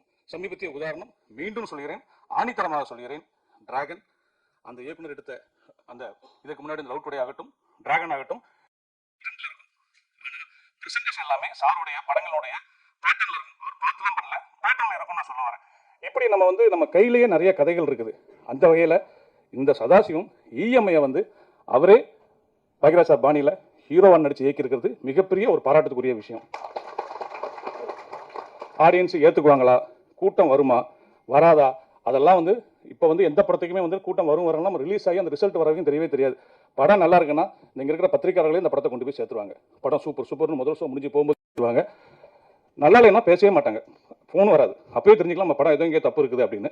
அப்படி முதல் ரசிகர்கள் பத்திரிகையாளர்கள் தான். இவங்க என்ன நினைக்கிறாங்களோ அதுதான் ஆடியன்ஸ் ரிசல்ட். நான் பல படங்களை பார்த்துருக்கேன். ஸோ இந்த இஎம்ஐ வந்து ஒரு நல்ல கண்டனோட வருதுன்னு தெரியுது. அதாவது வந்து இஎம்ஐ வாங்கினா என்னென்ன பாதிப்பு வருது, எப்படிலாம் மிரட்டுவாங்க, ஓ இப்படிலாம் நடக்குமா அப்படின்னு நமக்கு தெரியாத விஷயங்கள் இந்த படம் பதிவு பண்ண போது நல்லாவே தெரியுது.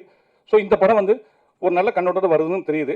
அதை சதாசிவம் நல்லாவே பிரசன்ட் பண்ணியிருப்பாரு. முதல் படம் பண்ணுறதும் அதுவும் புதிய தயாரிப்பாளர் பண்ணுறதும் நிறைய கஷ்டங்கள் இருக்கும். அந்த கஷ்டத்தோடு தான் பண்ணியிருக்காங்க. லக்கிலி அவங்களுக்கு சப்போர்ட்டாக பேரரசு சார் இருந்திருக்காரு. அது ஒரு பாராட்டப்பட வேண்டிய ஒரு விஷயம். ஒரு பாட்டு எழுதியிருக்காரு. அப்புறம் குறிப்பாக நான் வந்து எனக்கு ஆதவன் தெரியும் அப்படின்றதால அவரை பற்றி நான் பேசணும். ஆதவன் உண்மையிலே வந்து ஒரு இப்போ சொல்லியிருந்தாலே எனக்கு வருஷத்துக்கு ஒரு படம் தான் வருதுன்னு. அவர் நிறைய படம் பண்ண வேண்டிய ஒரு நடிகர். அவ்வளோ திறமை அவர்கிட்ட உண்டு. அவர் மாதிரி மிமிக்ரி பண்ணி யாருமே பார்த்துருக்க மாட்டீங்க. எப்படிப்பட்ட நடிகர்னாலும் அவர் வாட்ச் பண்ணால் ஒரு ஒரு ஒன் டே எல்லாம் அவர் ப்ராக்டிஸ் பண்ணி பேசிடுவார். என்னுடைய சண்டை மாறுதம்னு படத்தில் வந்துட்டு அவர் காதல் தண்டபாணி அவர்கள் வந்து படம் முடிகிற தருவாயில் இதாகிட்ட காலமாயிட்டார். அப்போ டப்பிங் எப்படி பண்ணுறது அப்படின்னு யோசிக்கும் போது எனக்கு வந்து ஆதவன் பேசினா கரெக்டாக இருக்கும்னாங்க. நான் சொன்னேன் சரி எடுத்து காமிங்க பார்ப்போன்ட்டு நான் போயிட்டேன். அப்போ எனக்கு வேறு வேலை இருந்துச்சு, எடிட்டிங் வேலை. ஆதவன் பேசியிருந்தார். வந்து பார்த்தா எனக்கு அவராக பேசினார் அப்படின்ற மாதிரி இருந்துச்சு. அப்படி அக்யூரேட்டாக காதல் தண்டபாணி பேசினார். இன்றைக்கும் சண்டமரம் படத்தில் காதல் தண்டபாணி பேசுனது அவர் தான். அப்படி ஒரு அற்புதமான ஒரு டேலண்டான ஆள். கொஞ்சம் நடிகை பாஸ் நீங்கள் பண்ணதுன்னு அது அந்த நிகழ்ச்சியில் அவ்வளோ பாப்புலரான நிகழ்ச்சியை பண்ணார். இன்னும் சொல்ல போனால் ரீல்ஸில் வர காலம் முன்னாடியே பயங்கர வைரலான ப்ரோக்ராம் அது. அவர் தாண்டி எல்லாருமே இந்த படத்துக்கு சப்போர்ட்டாக வந்திருக்காங்க. குறிப்பாக தயாரிப்பாளரை சொல்லணும். ஒரு புதிய படத்தை எடுத்து அதை நம்பிக்கையோட அந்த டைரக்டரை ஹீரோவாக்கி அவர் இந்த படத்தை ப்ரெசென்ட் பண்ணியிருக்காரு. இந்த படம் மிகப்பெரிய வெற்றி அடையணும் அப்படின்னு சொல்கிறதுக்கு முன்னாடி தேவயானி அவர்கள் வந்து டைரக்டராக இருக்காங்க. அவங்களுக்கு என்னுடைய வாழ்த்துக்கள். டைட்டில் சொல்லாமல் வேண்டாமா சொல்லாங்க.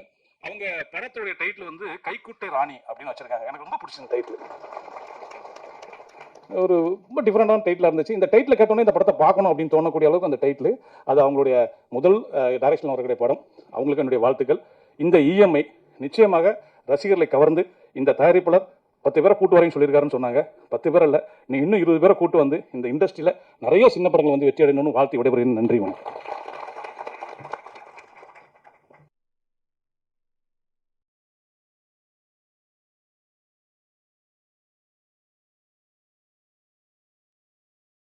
அன்போடு பேச அழைக்கிறோம். தேங்க்ஸ்மா. வாழ்த்து வந்த அனைத்து நல்ல உள்ளங்களுக்கும் என்னோட மாலை வணக்கம். இப்போ இயக்குனர்ஸில் வந்து இதுக்கு நடுவில் நான் உட்காந்துருக்கேன். இப்போ தேவயானி மேடம் கூட டைரக்டர் ஆகிட்டாங்கன்னு சொன்னாங்க. என்னோட மனமார்ந்த வாழ்த்துக்கள். நிச்சயமாக பாக்கியராஜ் சாரும் எஸ்ஆர் பிரபாகர், பேரரசு, ஏ வெங்கடேஷ் சார், உங்களாம் இருக்க மாதிரி அரவிந்தன் சார், உங்களாம் இருக்க மாதிரி என்னையும் கூப்பிட்டதில்ல எனக்கு ரொம்ப சந்தோஷம். என்னை வந்து டைரக்டர் சதாசிவன் தான் கூப்பிட்டாரு, பேரரசு கூப்பிடல. எனக்கு அப்படியெல்லாம் ஒன்றும் இல்லை. என்னை மதித்து யார் கூப்பிட்டாலும் டெஃபினட்டாக ஃப்ரீயாக இருந்தேன்னா போயிடுவேன். அது ஒரு சின்ன படம்னா டெஃபினட்டாக அங்கே ஆளாக அந்த டைமுக்கு வந்து நிற்பேன். இது என்ன எனக்கு என்ன ஒன்றுமே இல்லை, சும்மா ஆஃபீஸில் உட்காந்து டிவி பார்த்துட்டு இருக்கிறதுக்கு இங்கே வந்து ஒரு 4 பேருக்கு உதவியாக இருந்தால் யூஸாமிங்கிற ஒரு எண்ணத்தில் தான் வந்து என்னால் முடிஞ்சது ஏதாவது ஹெல்ப் பண்ண முடியும்னு சொன்னேன். இப்போ உதயகுமார் சார் சொன்ன மாதிரி படங்கள் எடுக்கிறதுக்கு ப்ரொடியூசர்ஸ் இல்லை அப்படிங்கிற சொன்னதில் இல்லை, நாங்கள்லாம் ரெடியாக தான் இருக்கோம். ஏன்னா எல்லா நடிகருமே இப்போ வந்து அவங்க சொந்த படம், அவங்க மாமா மச்சான், அவங்க சித்தி பையன் இப்படியே படம் எடுத்துக்கிட்டா நாங்களாம் என்ன வேலையை பார்க்குறது? இப்போ என் நிலமை வந்து நடிகராக இல்லை தயாரிப்பாளராக என்னென்ன தெரில. ஆனால் எனக்கு சுட்டுப்பட்டால் இது தவிர வேறு எதுவுமே தெரியாது. அதனால் சினிமாவில் நம்ம உண்மையாக இருந்தனால ஏதோ விதத்தில் ஏதோ இந்த இயக்குனர் எல்லாம் சேர்ந்து என்னை நடிக்க கூப்பிட்டு சொல்லி கொடுத்து ஏதோ கொஞ்சம் அங்கே ஏதோ நடிச்சுட்டு இருக்கு ஏதோ படங்களில். நாங்களாம் ரெடியாக தான் இருக்கோம் படம் எடுக்கிறதுக்கு. நல்ல கண்டென்ட் கிடைக்கல. கண்டென்ட் கிடைச்சா டெஃபினட்டாக நான் இப்போ கடைசியாக எடுத்த படம் பேரன்பு மம்முக்க வச்சு பண்ணேன். அதுக்கப்புறம் ஒரு நல்ல ஒரு செட்டப் கிடைக்கல. இப்போ நான் எடுத்த எல்லா படமுமே எங்கள் ஆஃபீஸ் தேடி வந்த ப்ராஜெக்ட் தான். நான் எதுவும் எந்த நடிகர் வீட்டில் போய் நின்று கேரவானுக்கு வெளில நின்று டேட் வாங்கியெல்லாம் படம்லாம் பண்ணல. நல்ல கண்டென்ட் இருந்தால் படம் பண்ணுறதுக்கு ரெடியாக தான் இருக்கும். ஆனால் இங்கே நல்ல கண்டென்ட் கிடைக்க மாட்டேங்குது. இப்போ அவர் சொன்னார் பேசில் ஜோசப், அது பொன்மான்னு ஒரு படம் முந்தானத்து ரிலீஸ் ஆச்சு ஓடிடியில். அது ஒரு சின்ன லைனாக கரெக்டாக பண்ணுறாங்க. அது மாதிரி தமிழில் வந்துன்னு தான் இருக்குது, நான் இல்லைன்னு சொல்ல. இப்போ டிராகன் மாதிரியும் இப்போ லவ் டுடே பண்ணார் அந்த பிரதீப் ரங்கனா, அதே மாதிரி தான் இந்த சதாசிவம் இந்த படத்தில் பண்ணியிருக்காரு. ஐ திங்க் டைரக்டர் கம் ஹீரோவாக பண்ணியிருக்காரு. நிச்சயமாக இந்த ப்ரொடியூசருக்கும் என்னோட மனமார்ந்த வாழ்த்துக்கள். இது மாதிரி நிறைய இயக்குநர்களை இன்ட்ரடியூஸ் பண்ணி அவரே ஹீரோவாக்கி நிறைய பேருக்கு வாய்ப்பு கொடுக்க வேண்டும். எல்லாமே இறைவனை வேண்டி விடைபெறுகிறேன். நன்றி, வணக்கம். Thank you sir. அடுத்தபடியாக தமிழ் சினிமால one of the best crime த்ரில்லர்ஸ்னா கண்டிப்பா ஊமை விழிகள் படத்தை சொல்லலாம். அந்த அளவுக்கு ஒரு ட்ரெண்ட் செட்டிங் படமா உருவாக்குன சிறப்பு விருந்தினர் இயக்குனர் அரவிந்த் ராஜ் அவர்களை அன்போடு பேச அழைக்கிறோம். மேடையில் வீட்டிற்கும் திரைக்கதை மன்னன் அருமை அண்ணன் பாக்கியராஜ் சார் அவர்களே, தயாரிப்பாளர் தேனப்பன் அவர்களே, படத்தின் கதாநாயகி அவர்களே, அன்பு சகோதரி தேவயானி மேடம் அவர்களே, பிரபாகரன் அவர்களே, நண்பர் வெங்கடேஷ் அவர்களே, ஒரு நல்ல விஷயம் என்னங்கிறது தெரிஞ்சது எல்லாரும் பேசும்போது. தயாரிப்பாளர் யாருக்குமே இஎம்ஐ சொல்லாமல் காசை கொடுத்துருக்காரு, எல்லாரும் வாங்கிட்டாங்க. யாருக்குமே அவர் இஎம்ஐ சொல்ல அடுத்த மாதம் வந்து வாங்கிக்கங்க, ரிலீஸ் ஆனோன்னு வாங்கிக்கங்கன்னு. அப்படிப்பட்ட தயாரிப்பாளர் திரைத்துறைக்கு வந்திருக்கிறார். உங்களை வரவேற்கின்றோம். ஏன்னா எல்லாரும் பேசும்போது வந்து தயாரிப்பாளரை பற்றி ரொம்ப பெருமையாக சொன்னாங்க. அது உண்மையிலே சந்தோஷமாக இருந்தது. இந்த படத்தில் தொழில்நுட்ப கலைஞர்கள் அனைவரும் ரொம்ப அருமையாக ஒர்க் பண்ணியிருந்தாங்க. அதாவது படத்தினுடைய இசையும் சரி, பாடல்களும் சரி. எங்கள் பேரரசு சார் ஒரு பாடல் எழுதியிருக்காரு அப்படின்னாங்க. நான் பேரரசு சார் கூப்பிட்டு தான் வந்திருக்கேன். இந்த படத்தின் இயக்குனர் அவர் வந்து இது முதல் படம்னு தெரியாத அளவுக்கு நடிப்புலையும் ரொம்ப அற்புதமாக வந்து பண்ணியிருக்கீங்க. அதனால் உங்களுக்கு எங்கேயோ ஒரு ரூட் இருக்குது. ஒன்று நடிகனாகிடலாம், இல்லை இயக்குனராகிடலாம். 2 ரூட் உங்களுக்கு இருக்குது. அதே மாதிரி வந்து ஆதவன் அவர்கள் வருஷம் ஒரு படம் அப்படின்னு சொல்கிறாரு. நானே 2-3 படத்தில் பார்த்த மாதிரி தெரியுது. பாண்டி தான் அதுக்கு பதில் சொல்லணும். படத்தின் ஒளிப்பதிவு ரொம்ப நேர்த்தியாக பண்ணியிருந்தார் நண்பர். ரொம்ப அருமையாக பிடிச்சிருந்தது. ஏன்னா ஒளிப்பதிவு யாரோ பேசும்போது கரெக்டாக சொன்னாங்க. அதை ஒரு ஷாட்டுங்கிறது வந்து நமக்கு துண்டு துண்டாக அழகாக தெரிஞ்சுது படம் பார்க்கும்போது. பிரபாகரன் சார் சொன்னது அருமையாக சொன்னாங்க. அதை ஏன்னா எங்கேயாவது ஒரு இடத்துல கேமரா இழுத்துடுச்சுன்னா இது பண்ணால் நம்ம எடிட்டிங்கில் அப்படி மேனேஜ் பண்ணி அப்படி ஒரு கட் பண்ணுவோம். அது நமக்கு பார்க்கும்போது தெரிஞ்சிடும், ஆடியன்ஸுக்கு புரியுதோ இல்லையோ. பட் இந்த படத்தில் அந்த மாதிரி எதுவும் இல்லாமல் ரொம்ப அற்புதமான ஒரு நேர்த்தியான ஒரு ஒளிப்பதிவு. பாடல்கள் எல்லாமே வந்து ரொம்ப சூப்பராக பண்ணியிருந்தார் இசையமைப்பாளர். ஒரு நல்ல தயாரிப்பாளர் கிடைத்து விட்டால் நல்லபடியாக பண்ணலாங்கிறதுக்கு இந்த இஎம்ஐ படம் வந்து ஒரு உதாரணம். அதோடு இல்லாமல் சமுதாயத்தில் இருக்கின்ற ஒரு மறைமுகமான ஒரு பிரச்சனை இந்த இஎம்ஐங்கிறது. ஏன்னா அது இஎம்ஐ போடுறதுக்கு நீங்கள் அதை சீனில் சொல்லியிருக்காரான்னு தெரியல. கடைக்கு போயிட்டோன்னா 10 பேங்க்லேருந்து வருவோம். ஒருத்தர் நம்மளை அப்படியே பார்த்துக்கிட்டே ஃபாலோ பண்ணிகிட்டே வருவாங்க. சார் நம்ம இதில் போடுங்க சார், அங்கே போனீங்கன்னா 8% சார், நம்மளுக்கு வந்து இன்ட்ரெஸ்ட்டே கிடையாது சார், பேப்பருக்கு மாத்திரம் கொஞ்சம் செலவாகுது சார். பேப்பர் வாங்குறதுக்கு என்ன செலவாகுது அப்படின்னு பார்த்தீங்கன்னா 800 ரூபா பேப்பர் வாங்குறோம். அதான் இந்த இடத்துக்கு கூட அவ்வளோ பேப்பர் வாங்க மாட்டோம். அது மாதிரி இஎம்ஐயில் பார்த்தீங்கன்னா ரொம்ப சுவாரஸ்யமான நிறைய நல்ல விஷயங்கள் இருக்குது. அதனால நிறைய பேர் பாதிக்கப்படுறாங்கங்கிறது வந்து 100% உண்மை. ஏன்னா வந்து கண்ணுக்கு முன்னாடி அது ஒரு கலர் கனவாக நமக்கு தெரியுது. பார்க்கும்போது வந்து ரொம்ப ஈஸியாக தெரியறதுனால எல்லாருமே இஎம்ஐ போட்டு எல்லாத்துலேயும் ரொம்ப ஈஸியாக இது பண்ணிடுறோம். அது ரொம்ப அழகாக காட்டியிருந்தார் அந்த பைக் சீன்லேயே. அந்த இது நல்லா இருந்தது. இஎம்ஐயில் அவர் பாதிக்கப்பட்டிருக்காரான்னு எனக்கு தெரியல. டைரக்டர் இஎம்ஐயில் பாதிக்கப்பட்டிருக்காரான்னு தெரியல. ரொம்ப நல்ல ஒரு கருத்தை வந்து கொண்டுட்டு வந்து சொல்லியிருக்காரு. அப்புறம் திரைப்படத்தை பற்றி எல்லாருமே இந்த மேடையில் நிறையா பேசினாங்க. நல்ல படம் எடுக்கிறதுக்கு நான் தயாராக இருக்கேன்னு நம்ம ப்ரொடியூசர் கேரண்டி கொடுத்துட்டு போயிட்டாரு. நல்ல கதை இல்லை அப்படின்னு உதயகுமார் சார் சொல்லிட்டு போயிட்டாரு. நல்ல கதையை நீங்கள் தேர்ந்தெடுக்கலைன்னு. ஆனால் இன்றைக்கு வந்து கொண்டிருக்கும் படங்களை பார்த்தால் சிறிய படம் பெரிய படம் என்பது பட்ஜெட்டை வைத்து நிர்ணயிக்கப்படவில்லை என்பது தெளிவாக தெரிகின்றது. ஏனென்றால் பட்ஜெட்டே இல்லாமல் பண்ண சின்ன படங்கள்லாம் மிகப்பெரிய வெற்றி படங்களாக அமைஞ்சிருக்கு. அதனால் பட்ஜெட்டை வச்சு பெரிய படம் சின்ன படங்கிறது கிடையாது. நான் எப்போயுமே சொல்லுவேன், கமர்ஷியல் படம் ஆர்ட் படம்னு சொல்லும்போது நல்ல படம் அப்படிங்கிறத மட்டும் சொல்லுங்கள். படம் நல்ல படம், அதுதான் இந்த படம். நல்ல படம் தான். இஎம்ஐ நல்லா பண்ணியிருக்காரு. ஆனால் நம்ம இதை தவிர்க்க முடியாதது என்னென்னா, போன மாதம் மட்டும் நல்ல பத்திரிகை நண்பர்களுக்கு நன்றாக தெரியும், ஏறக்குறைய 32 படம் ரிலீஸ் ஆகிருக்குது. அதாவது மாதத்தின் எண்ணிக்கையை விட படத்தின் எண்ணிக்கை அதிகமாக இருக்குது. டெய்லி ஒரு படம் பார்த்தா கூட 2 படம் நம்ம பார்க்காம மிஸ் பண்ண வேண்டியிருக்குது. அந்த அளவுக்கு படங்கள் வந்துட்டு இருக்குது. இதற்கு நிச்சயமாக வந்து ஏதோ ஒரு வகையில் எல்லோரும் சேர்ந்து அதற்கு தீர்வு காண வேண்டிய கட்டாய சூழ்நிலையில் தான் சினிமா இன்று இருந்து கொண்டிருக்கிறது. ஆனால் சினிமாவுக்கு வர்றவங்க யாரையும் நம்ம வராதுன்னு சொல்லி தடுக்க முடியாது. இதுக்கு எப்படி தீர்வு காண போகிறோங்கிறது தெரியல. மக்கள் ஆனால் தெளிவான தீர்வை கொடுத்துட்டு இருக்காங்க. நல்ல படமாக இருந்தால் அவங்க எந்த படத்தையுமே பார்க்குறாங்க, நல்ல படம் இல்லைன்னா பார்க்கறது இல்லை. அதனால் நீங்கள் நல்ல படம் பண்ணியிருக்கீங்க. நிச்சயமாக இந்த தொழில்நுட்ப கலைஞர்கள் அனைவருக்கும் நல்ல எதிர்காலம் இருக்கின்றது. உங்கள் படத்தை சரியான விளம்பரத்தோடு விளம்பர யுக்திகளை பயன்படுத்துங்க. பத்திரிகை நண்பர்கள் இங்கே எல்லாருமே வந்திருக்காங்க. நிச்சயமாக அவங்க வந்து உங்களுக்கு உறுதுணையாக இருப்பார்கள். என்ன பண்ணுவீங்களோ தெரியாது, விளம்பரத்தில் வித்தியாசப்படுத்தி படத்தை அருமையாக தியேட்டருக்கு கொண்டுட்டு வாங்க. நிச்சயமாக இது ஒரு வெற்றி படம் அமையும். வாழ்த்துக்கள். நன்றி. Thank you sir. அடுத்தபடியாக தமிழ் சினிமால இவங்க நந்தினியா கமலியா அறியப்படுறாங்க. ஆனா என்னைக்குமே இவங்க தான் தமிழ் சினிமாவின் ராஜகுமாரி. தேவயானி மேம், இன்னைக்கு நீங்க இஎம்ஐ படத்தோட டீமை சப்போர்ட் பண்றதுக்காக வந்திருக்கீங்க. ஆனா மேடையில பேசின ஒவ்வொரு சிறப்பு விருந்தினர்களும் நீங்க இயக்குனர் அவதாரம் எடுத்திருக்கீங்க அப்படின்றத பதிவு பண்ணிட்டே இருந்தாங்க. சோ நீங்க அதை பத்தி எங்க கிட்ட ஷேர் பண்ணணும். கைக்குட்டை ராணி அப்படின்ற குறும்படத்தை இயக்கியிருக்கீங்க. சோ எவர்கிரன் கதாநாயகி தேவயானி அவர்களை அன்போடு பேச அழைக்கிறோம்.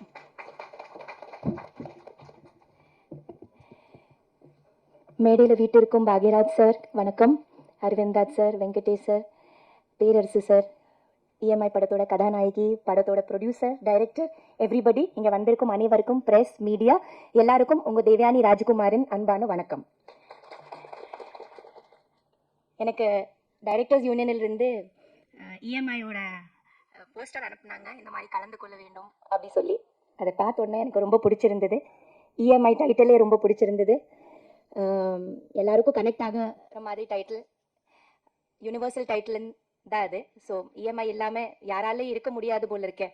அப்படி ஒரு லைஃப்பில் நம்ம வந்திருக்கோம். நல்லதும் கெட்டதும் கரெக்டாக நம்ம அதை யூஸ் பண்ணால் அதை விட ஒரு சிறப்பான ஒரு விஷயம் இல்லை இஎம்ஐ, இல்லையா? வீடு வாங்குறதுலேருந்து வண்டி வாங்குறதுலேருந்து எல்லாத்துக்கும் உதவுது அது. ஆனால் அது வந்து தப்பாக நம்ம ஓவராக பண்ணிட்டோம்னா கூட அது கெடுதல் தான். ஸோ எந்த அளவுக்கு நம்ம அதை யூஸ் பண்ணுறோமோ அதுதான் அது. பட் அதை ஒரு விழிப்புணர்வாகவும் ஒரு நல்ல விஷயமாகவும் படத்தில் சொல்லியிருப்பாங்க.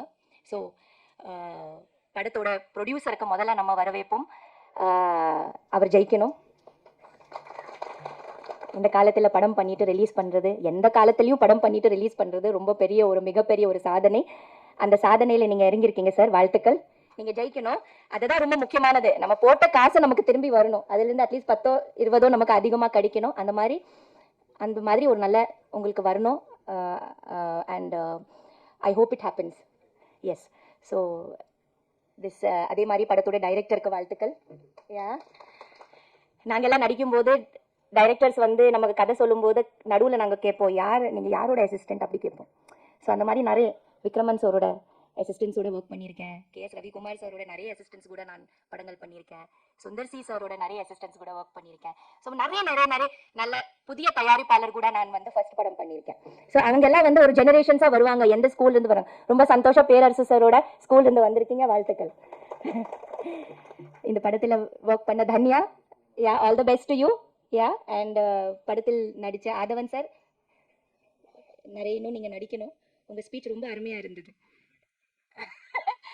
இன்னும் வருஷத்தில் 2-3 படங்கள் பண்ணுங்க சார். அஜித் குமார் சார் மாதிரி இருக்காதீங்க. We want you to see you more. And Pandi, you also I think I work with you long back இல்லையா, சேர்ந்து ஒர்க் பண்ணியிருக்கோம் நம்ம.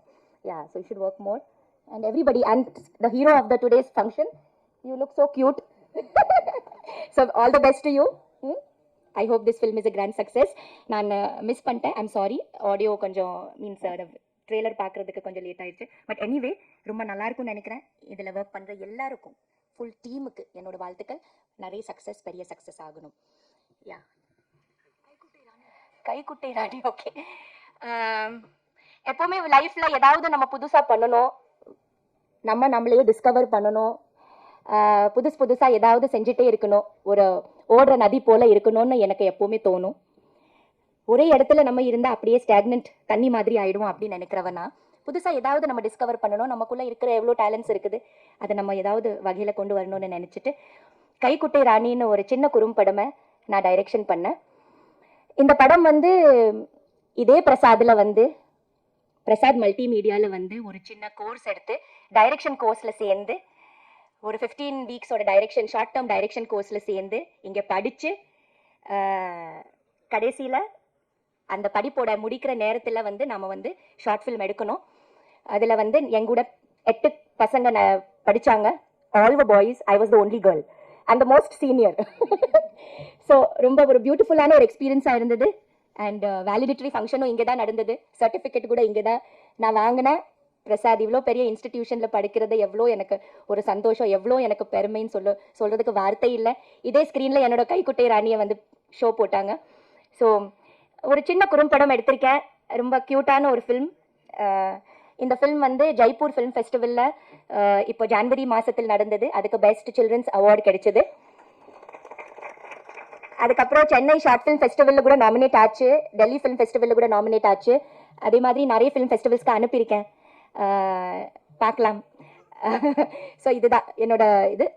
ரொம்ப க்யூட்டான ஒரு சின்ன, நீங்கள்லாம் பார்ப்பீங்க, மெல்ல நான் ரிலீஸ் பண்ணிவிடுவேன். யா, தேங்க்யூ ஸோ மச். அதுக்கப்புறம் நாங்கள் ஸ்டூடெண்ட்ஸ் தான் எடுத்தோம் அந்த படம். அதில் ஒர்க் பண்ண எல்லாரும் நாங்கள் ஸ்டூடெண்ட்ஸ் தான்.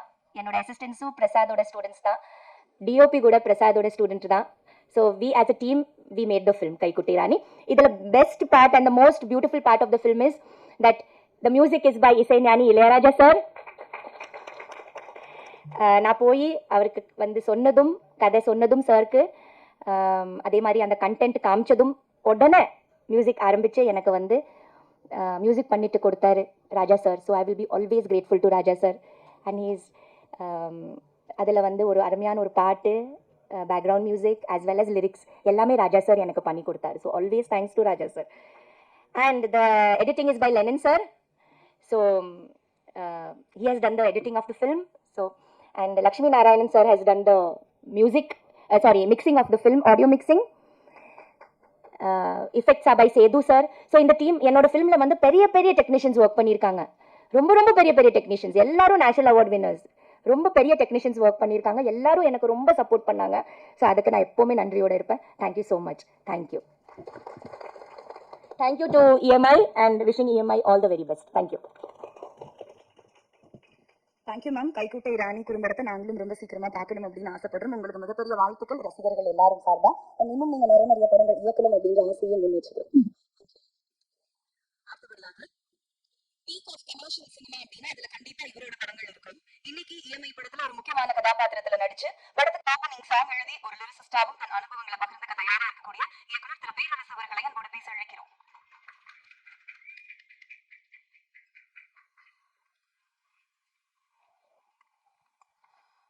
அனைவருக்கும் வணக்கம். இந்த EM இசை வெளியீட்டு விழாவில் நான் சிறப்பு விருந்தினராக கலந்துக்கிறேன். இந்த படத்தில் ஒரு பங்கு கொண்ட கலைஞராக தாங்க நான் கலந்துக்கிறேன். பாக்கியராஜ் சார்கிட்ட ஃபோனில் தான் அழைச்சேன். மாணவி சார்கிட்ட சொல்லி ஹஸ்பண்ட் சொல்லுங்க அப்படின்னு சொல்லி சொன்ன உடனே எந்த மறுப்பு இல்லாமல் சார் ஒன்று வந்துட்டார். அதுக்கு ரொம்ப நன்றி சார். சினிமாவுக்கு வந்து நேச்சர் அந்த பெருந்தன்மைலாம் இருக்கும். இப்போ இங்கே இருக்க எல்லாருமே நம்ம அழைச்சி வந்திருக்கவங்க தான். வெங்கடேஷ் சார் என் மனசு அழைச்சிச்சு, அது நம்ப மூலியமா வந்துருக்கீங்க. எல்லாருக்கும் நன்றி. வெங்கடேஷ் சார் பேசும்போது பாக்கியராஜ் பாதிப்பாமல் யாருமே படம் பண்ண முடியாதுன்னு சொன்னார். நான் இண்டஸ்ட்ரிக்கு அசிஸ்டண்ட்டாக வரக்கு முன்னாடியே ஒரு பாதிப்பு. ஆமாம், இங்கே வந்து நிறைய பேர் என்னவாங்க, அவர் டிஸ்கஸில் உட்காரணும், அவரோட டிஸ்கஸ் பண்ணணும், அவரோட உட்காந்து பேசுகிறதே பாக்கியம் அடிச்சிருப்பாங்க. நான் ஸ்கூலில் 10th படிச்சுக்கிற டைம் நினைக்கிறேன். ஜெமினி சினிமாவில் ஒரு போட்டி வச்சிங்க சார், கதை போட்டி. அதில் வந்து இன்டர்வல் வரைக்கும் கதை சொல்லிடுவார் சார் ஒரு கதையில். அது ஒரு இதாக சொல்லிப்பாங்க, ஒரு படத்தில் வந்து இன்டர்வலுங்கிறது ஒரு முடிச்சு. அந்த முடிச்ச எந்த அளவுக்கு நம்ம ஸ்ட்ராங்காக போகிறோமோ அந்த அளவுக்கு இன்டர்வல் பவராக இருக்கும். அதுக்கப்புறம் இந்த முடிச்ச அவுக்குறது, ஒவ்வொன்றும் அவுக்குறது தான் அடுத்து செகண்ட் ஹாஃப் திரைக்கதையாக சிறப்பாக அமையும்ட்டு. ஜெமினி சினிமாவில் இன்டர்வல் வரைக்கும் கதையை முடிச்சிட்டார். அதுக்கப்புறம் உள்ள கதை அங்கே தான் முதல்ல சினிமாவுக்காக நான் கதை யோசித்தேன். சினிமாவுக்காக கதை யோசிக்க வச்சது பாக்கியராஜ் சார் தான்.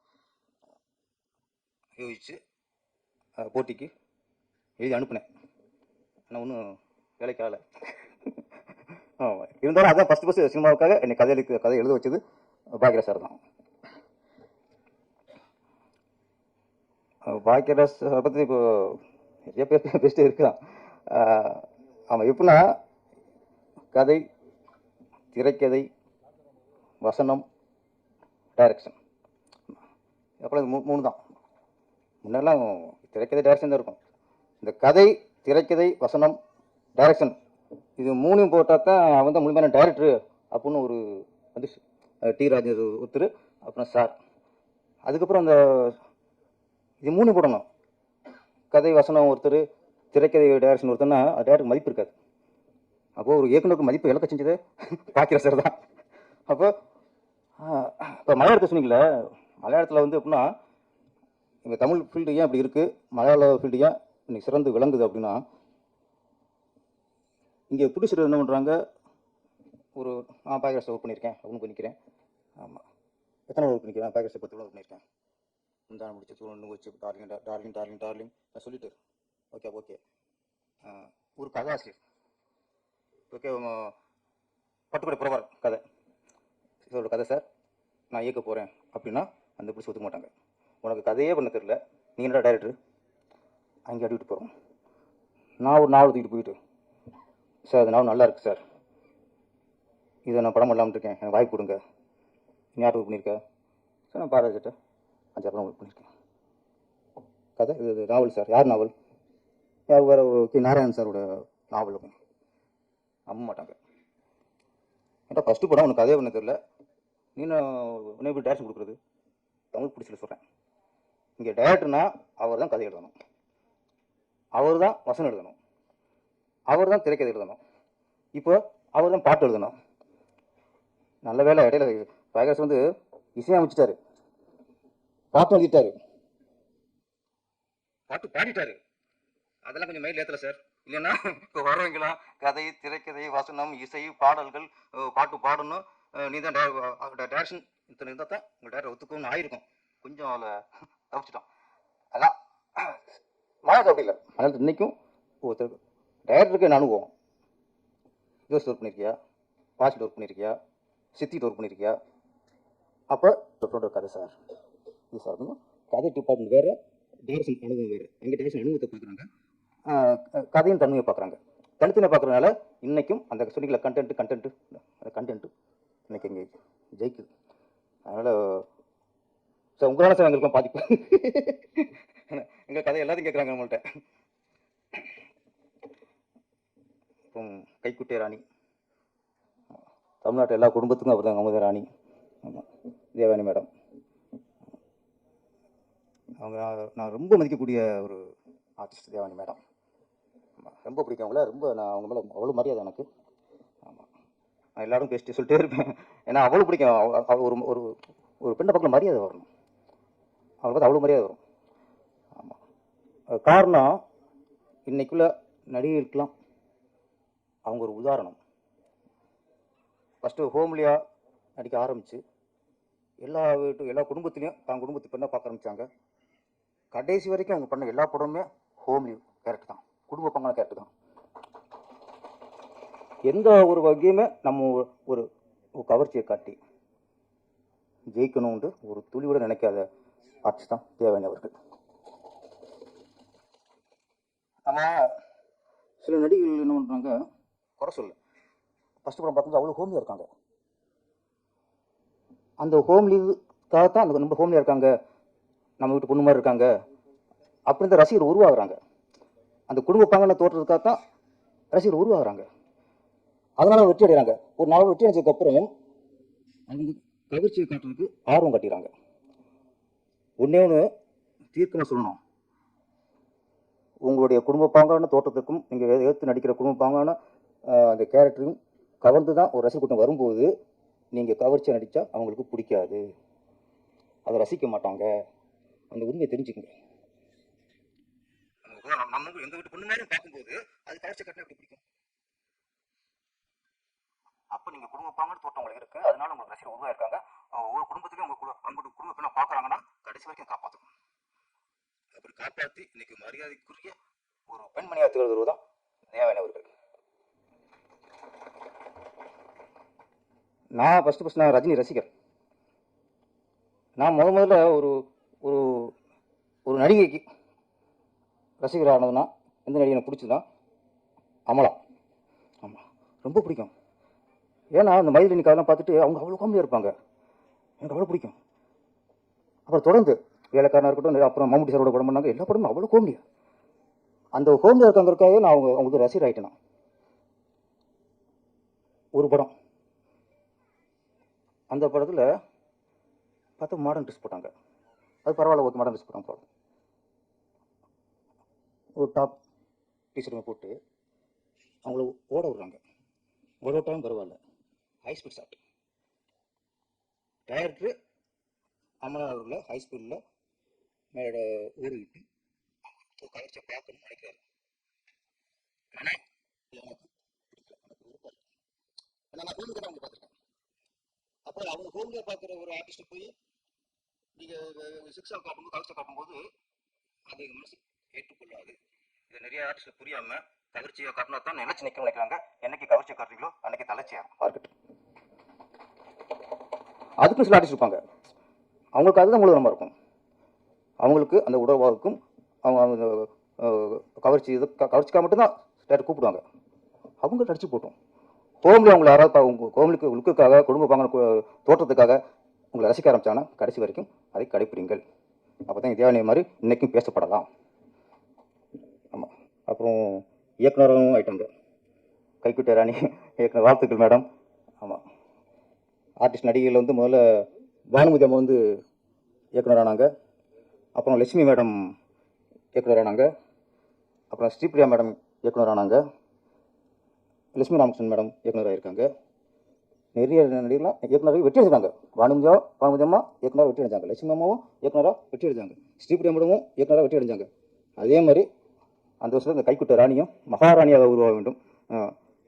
அந்த ராணிக்கு ஒரு வெற்றி கிரீடம் தலையில் சூட்ட வேண்டும். வாழ்த்துக்கள் மேடம். தேங்க்யூ.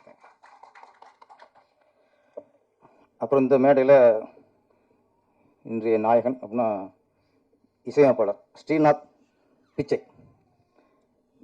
முதல்ல நம்மால் சதாசிவம் கூட்டு வந்தார் மினிஸ்டர் போஸ்டர் சார், மினிஸ்டர் வந்து சார் பார்த்து சார் சரி வாங்கிட்டேன் வந்துட்டாங்க. வேறு மினிஸ்டர் பார்த்து இவரை காட்டினாங்க, எந்திரிங்க சார் ஸ்ரீநாத் பிச்சை அப்படின்ட்டு.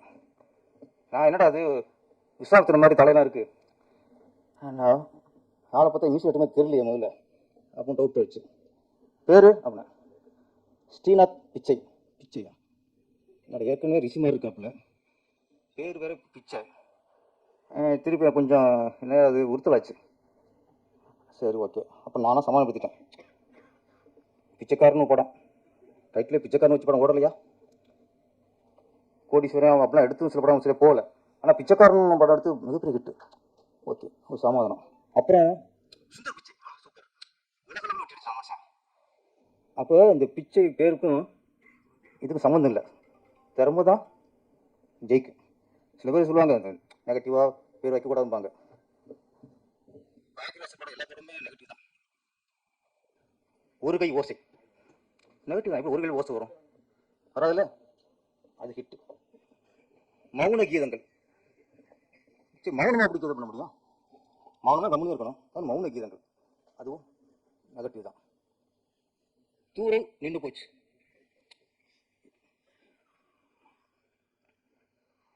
நான் பார்க்குற பற்றி பேசும்போது தான் டிஸ்டர்ப் பண்ணுறது வர. அப்புறம் என்ன பேச சார் தெரியாது. ஓகே சார், ஓகே சார், நன்றி. தூரல் நின்று போச்சு. இப்போ நம்ம ஒரு பிடிச்சி நான் தான் ஃபஸ்ட்டு படம் பண்ணுறேன்னு வச்சுங்களேன், கதை சொல்லி கதை ஓகே போச்சு, பிடிச்ச ஒரு டைட்டில் கேட்குறாரு. என்னப்பா டைட்டில்? சார் தூரல் நின்று போச்சு. கிளம்பிட்டுவாங்க. ஏண்டா சொல்லும்போதே நின்று போச்சுங்கிற, விளங்கும் போடான்றான். ஆனால் தூரல் நின்று போச்சு என்ன ஹிட்டு சார்? இப்படி நெகட்டிவ் டைட்டில் வச்சு அவர் சக்ஸஸ் பண்ணார். யாரும் சொன்னா அதனால் பிச்சைக்கும் இதுக்கும் சம்மந்தம் இல்லை. அது வேற இது வேற. திறமை இருந்தால் நம்ம நெகட்டிவ் பார்க்குற சார் மாதிரி நெகட்டிவ் டைட்டில் வச்சாலும் ஓடிடும். திறமை இருந்தால் பேரில் பிச்சை இருந்தாலும் இசையமைத்து ஒரு கோடிசன் ஆயிடுவார். அப்புறம் இவருக்கு எனக்கு இன்னொரு ராசி இருக்குது. இப்போ தான் நான் கண்டுபிடிச்சேன். ஒரு 3 இசையமைச்சிருக்காரு. 100 ரூ. அடுத்து இஎம்ஐ, இன்னொன்று கொட்டுறவன் போயிட்டு இருக்கு. இது மூணு நான் நடிச்சிருக்கேன். அப்போ பிச்சைக்கு எனக்கு ராசி. அப்போ நடித்தேன். நம்ம இன்னைக்கு பிச்சை சொன்ன யோசிச்சுமே, அப்போ இந்த பிச்சை சீன் என்ன நடிச்சுட்டு இருக்குமே, அப்போ பிச்சைக்கு நமக்கும் ஒரு ராசி இருக்கு. அதனால பிச்சை வந்து வாழ்த்துறேன். நிறைய படம் நீங்கள் வந்து நிறைய 10, 20, 30, 100 கூட எடுக்கணும், அப்போ நான் நடிக்க முடியும். உங்களுக்கு ஒரு ராசி இருக்குல்ல. அப்புறம் ஆதவனின் ஆதங்கம் நிற்கலாம் டேட்டில். சார் ஆனால் நீங்கள் ரொம்ப ஃபீல் பண்ண வச்சு நான் கூட என்னடா ஃபஸ்ட்டு ஒரு படம் சொல்கிறாரு, ஒரு ஒருத்தன் கூப்பிட்றாங்க போல இருக்கு, நல்ல திறமையான ஆள்.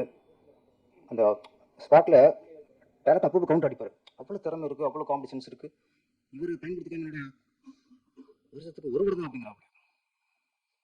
அந்த பிளாக் பண்ணி சும்மா இருக்கும். இது நண்பு சார், எப்பவுமே நண்பராக தான் நமக்கு பிரச்சனை. எப்பவுமே கூட இருக்கவே இப்படி வரிப்பான். பாட்டில் சொல்லியிருந்தாரு ஒரு பேட்டியில். அது முந்தான முடிச்சிட்டேன் 4 துரோகிகள்ன்ட்டு. அது மாதிரி கூட இருந்த பிளாக் பண்ணி சும்மா அப்புறம் அவர் ஃபீல் பண்ணிட்டாரு. நானும் நினச்சேன், சரி யாராவது நீ இப்போ ஃப்ரெண்ட்ஸ் படம் இருந்துச்சா நம்ம ஆள் ஒன்று சொல்லணும், எப்போ நல்ல திறமைசாலிப்பா யூஸ் பண்ணிக்கலாம் சொல்லணும்னு நினைக்கிறேன். பிளாக் பண்ணி அவர் யூஎஸ்ல இருக்கார் சார். அவர் எப்போ வருவாரோ அப்போ நடிச்சுட்டு அப்புறம் கிளம்பிடுவார். அவர் சரி ஓகே இது வேற மாதிரி ஒரு டிஸ்ட்ரிக்ட் நம்ம அப்போ போச்சு எனக்கு. அப்போ நிறைய சம்பாதிக்கிறாரு. அவர் யூஎஸ் செட்டில் ஆகிட்டாரு. அவர் இந்திய குடிமகனே இல்லை, முதல்ல தமிழ் குடிமகனே இல்லை. அவர் யூஎஸ் 5 குடிமகனுக்கு நான் ஏன் போடணும் அப்படின்னு நான் வந்து ஒரு அண்ணி நான் நினச்சிட்டேன். அப்புறம் அவர் ஆதவன், நான் அஜித் மாதிரி வருஷம் ஒரு படம் பண்ணுவேன். அவர் காரஸ் போயிட்டாரு, ஒரு படம் பண்ணாரு. நீங்கள் யூஎஸ்ஏ போய்ட்டு ஒரு படம் பண்ணுறீங்க. இது நாங்கள் தானே பண்ணுவோம், நடிங்க. நீங்கள் உங்கள் ஆசைக்கு போயிட்டு ஒரு படம் பண்ணால் நாங்கள் ஃபீல் பண்ணணும். இதுக்கப்புறம் யூஎஸ் ப்ரோக்ராம் கட் பண்ணுங்க, 6 மாதம் இங்கே இருங்க போச்சு. அதனால 6 மாதம் இங்கே இருங்க, அந்த இந்திய குடியுரிமையை ரெனியூ பண்ணுங்க. ரெனியூ பண்ணிட்டு 4 படம் நானே வாங்கி தந்துடுறேன். இந்த எத்தனை டேரக்டர் இருக்காங்க எல்லாரும் பொறுப்பு. பிளாக் பண்ணி அந்த பிளாக் அவர் உடனே லேடி சூப்பர் ஸ்டார் நயன்தாரா வேணான்னாங்க, அது அவங்க வேணான்னாங்க. இவர் அப்புறம் பிளாக் பண்ணி நீ பாண்டி கூப்பிடுங்க, அது பாண்டி சொல்லணும், நீங்கள் சொல்லக்கூடாது. அடுத்தவனை கட் பண்ணுறதுலேயே இருக்கிறது. அவர் வாய்ப்பு கட் பண்ணுறாரு, இவர் ஒரு பட்டத்தை கட் பண்ணுறாரு. ஆனால் பிளாக் பண்ணியை மாற்றவே முடியாது. ஏன்னா பிளாக் பண்ணிக்கிறது அவர் உருவ கலருக்காக வச்சது. அதனால் அது சேர்ந்து சார், அது சேர்ந்து தான் பிளாக் பண்ணி. அப்புறம் இந்த படத்தில் ஒரு பாடல் அதுதான் வந்தாங்க. முதல்ல எழுதி வாங்கிட்டு அப்புறம் நடிக்க வச்சுட்டாங்க. அந்த பாட்டு தான் அந்த அசுக்கு புஸ்கு மட்டும் பாட்டு. நான் ஃபஸ்ட்டு ஒரு டைப்பாக எழுதினேன். அவங்க எல்லோரும் மியூசிக் டைரக்டர் எல்லாருமே இல்லை சார், நீங்கள் விஜய் படத்தில் ஓப்பன் சாங் எழுதுவீங்களே, ஆமாம் அது மாதிரி பவர்ஃபுல்லாக வேணும். ஐயோ அது விஜய்க்கியா? இல்லை சார் அந்த மாதிரி ஒரு சாங் வேணும் சார். சரி ஆசைப்படுறாங்க சும்மா நடிச்சிட்டேன் அடிச்சுட்டு. ஆனால் இந்த பேர் பேர் தான் பிச்சை, நம்மளை பிச்சை எடுத்துட்டாரு. ஆமாம் சார் டென்ட்டுக்கு வாங்குங்கிறாரு. ஓ நீங்கள் டென்ட்டுக்கு வாங்குங்கிறாரு சார். கொஞ்சம் இங்கிலீஷ் வார்த்தைலாம் போட்டு இப்படிதானே, அப்போ தான் நிறையா இங்கிலீஷ் வார்த்தைலாம் போட்டு நிரப்பி அனுப்பியாச்சு. நான் டவுட்டில் இருந்தேன் என்னடா. அப்புறம் சாங் போட்டு கேட்டாங்க, போட்டு காட்டினு போது இன்னும் பயந்துருச்சு. விஜய் சார் மாதிரி பாட்டு எழுத சொல்லும்போது பயம் இல்லை. சாங்கு போட்டு காட்டும்போது எனக்கு விஜய் சார் பேசும்போது வந்துட்டு போகுது. என்னடா இங்கே இவ்வளோ டெம்பிள் அடிச்சிருக்காங்களே மேக்ஸா, ஏன் புது ஹீரோ புதுசு இன்னொன்று போகிறாங்களே பயம் இருந்துச்சு. அப்புறம் முடிச்சுட்டு ஒரு போட்டு காட்டினாங்க. Master Suresh super sir, bend கட்டிட்டாரு. அவர் அப்படிச்சிருக்காங்க இருக்கு. பேரரசு படத்தில் விஜய் சார் இப்படி ஆடினாரோ அது மாதிரி முட்டி போட்டு பிறண்டு கொண்டு நாட வைக்கணும், அங்கே விட்ட போட்டாங்க இருக்கு. அவர் சொல்லி பார்த்துருப்பாரு தம்பி உண்டு, நீங்கள் அதுவும் கொடுங்க. ஆனால் சார் நல்லா ஆட வச்சிரு சார். ஒரு புது இருந்தவங்க ஆன மாதிரி தெரியல. ஒரு நல்ல ஒரு சாங் சில புதுசு ஆடுறவங்க போது நமக்கு கொஞ்சம் ஓவராக தெரியும், மிகையாக தெரியும். இந்த பாட்டு பார்க்கும்போது ஒரு புதுமுகம் இந்த மாதிரி ஆடிக்கான்னு தெரில, யதார்த்தமாக நல்லா அமைஞ்சு வச்சு. வாழ்த்துக்கள் சதாசிவம். ஆனால் இவர் ஏன் அஸ்டன் சொல்கிறாரு, ஆனால் இவர் ஏசன மாதிரி இல்லை, அவர் பாய்க்கிற அஸ்டன் மாதிரி இருக்காரு.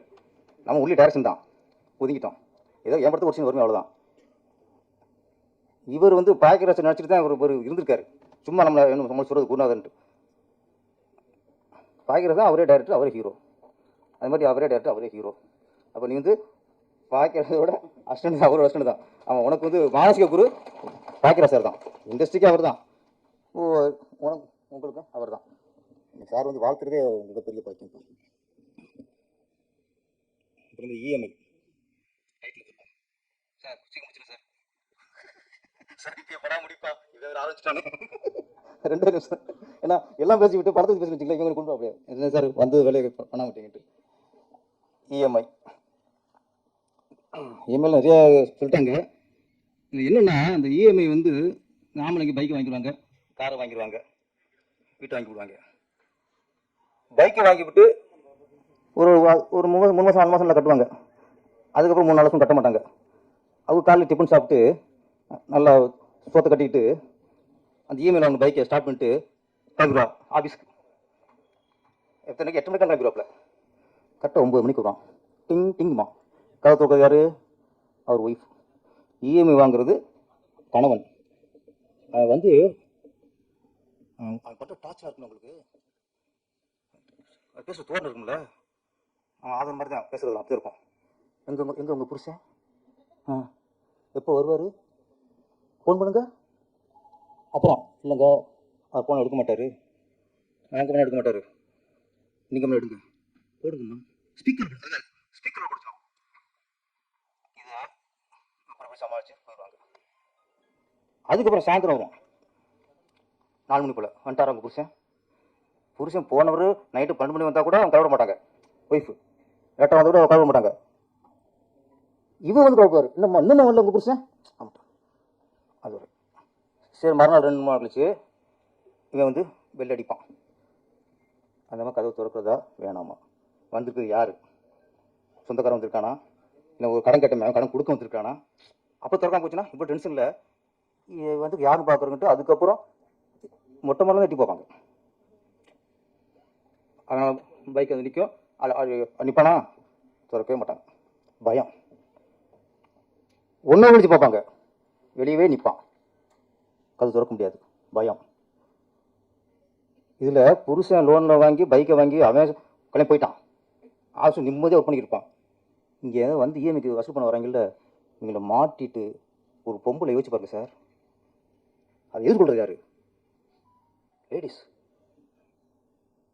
அப்போது நம்ம இஎம்ஐ வாங்கிட்டு நம்ம பைக்கை ஓட்டி சட்டு போயிடும். இங்கே பதில் சொல்கிறது, வெளியே வர முடியாமல் நிற்கிறது, அவன் அசிங்கமாக ரொம்ப கேவலமாக கேட்பான். ஒரு ஸ்டேஷனில் போவான்றான், என் புரிஞ்சு பேச மாட்டியா அப்படிவான். அந்த பொண்ணு என்ன பண்ண முடியும்? இஎம்ஐ ஆம்பளைங்க வாங்குற இஎம்ஐயால் பாதிக்கப்படுறது பெண்களுக்கு தான் புரிஞ்சுக்கணும். ஃபஸ்ட்டு நாளைக்கு நம்ம இல்லைன்னா லேடிஸை டார்ச்சர் பண்ணுவாங்க, அவங்க அசிங்கமாக பேசுவாங்க, அவமானப்படுத்துவாங்கிறத நம்ம புரிஞ்சுக்கணும். இதில் ஒன்றே தப்பிச்சாங்க என்னன்னா, நிறைய பேர் என்ன 5 மணி 6 மணிக்கு வரான், 7 மணிக்கு வர்றது இருந்துச்சு, 7 மணிக்கு வெளியடிக்கிறது கலந்துட்டுறது. அப்படி இதில் பாதிக்கப்பட்டு கொஞ்சம் இப்போ ஒரு சட்டம் வந்திருக்கு, 6 மணிக்கு மேலே இந்த இஎம்ஐ வசூல் பண்ணவங்களா வீட்டுக்கு போகக்கூடாது, இந்த ஃபோன் பண்ணிலாம் டார்ச்சர் பண்ணக்கூடாது. 6 மணி 6:00க்குலாம் வந்து இவங்க வந்தாங்கன்னா, கடன் கேட்டு வந்தாங்கன்னா போலீஸை கம்ப்ளைண்ட் பண்ணலாம். அதனால நிறைய பேர் தப்பிச்சாங்க. கரெக்டாக அவன் ஆஃபீஸுக்கு முடிச்சுட்டு வெளியே விட்டீங்கன்னா சாப்பிட்டு டைம் பார்க்குறது 7 மணி ஆச்சா உண்டு, அதுக்கும் விடுத்து வர்றது. இது வரைக்கும் போனது வந்து வர வரைக்கும் சமாளிக்கிறது லேடிஸ்.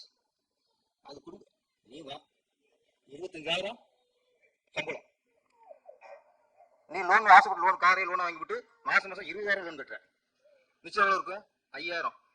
இந்த 5,000த்தில் குடும்பத்தையும் சமாளிக்கணும், வாங்கின லோனுக்கு இஎம்ஐ வாங்கி வசூல் பண்ணுவாங்களே இவங்களையும் சமாளிக்கணும். அது பொம்பளை என்ன பண்ணும்? இதெல்லாம் என்னென்ன பிரச்சனை இருக்குங்கிறத இந்த இஎம்ஐ படம் சொல்லியிருக்கு. படம் பார்த்துட்டு நம்ம வந்து இதெல்லாம் பொழுதுபோக்க பார்க்கக்கூடாது, இது பொறுப்போட பார்க்கணும். பொழுதுபோக்க பார்க்குற படம் வேற, ஒரு பொறுப்போட பார்க்குற படம் வேற. இந்த இஎம் வந்து நம்ம பொறுப்போட பார்க்கக்கூடிய படம்.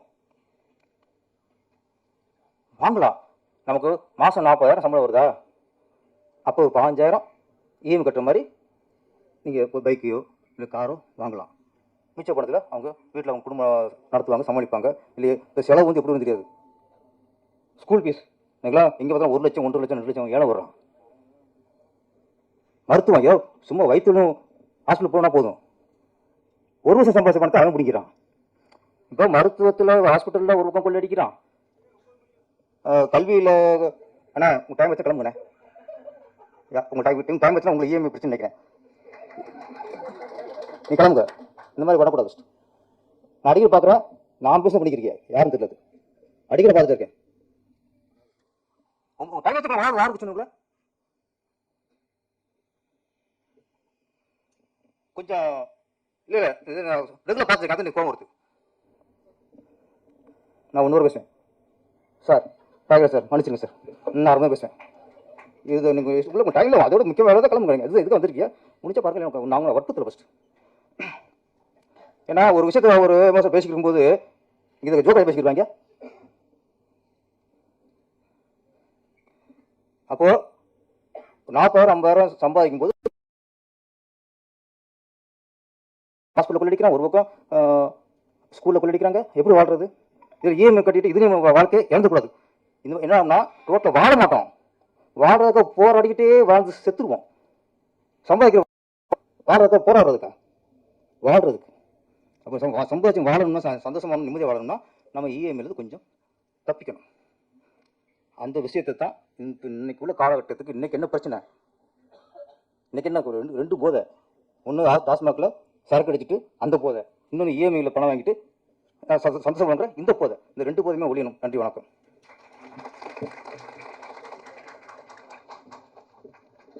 Thank you sir. அடுத்தபடியாக இயக்குனர் பேரரசு அவர்கள் கிட்ட உதவி இயக்குனரா இருந்து இப்போ ஒரு படத்தை இயக்கி அதுல கதாநாயகன் நடிச்சு படத்தோட ரிலீஸ்க்காக வெயிட் பண்ணிட்டு இருக்கக்கூடிய இஎம்ஐ படத்தின் இயக்குனரும் கதையின் நாயகனுமான சதாசிவம் சின்னராஜ் அவர்களை என்கிறோம்.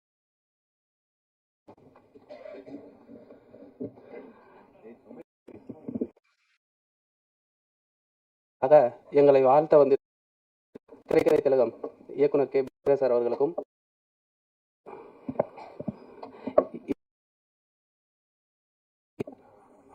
இயக்குனர் அரவிந்த்ராஜ் சார் அவர்களுக்கும் பிரபாகரன் சார் அவர்களுக்கும் போடுறது அவர் ரியாக்ஷனே வேற மாதிரி இருந்தது.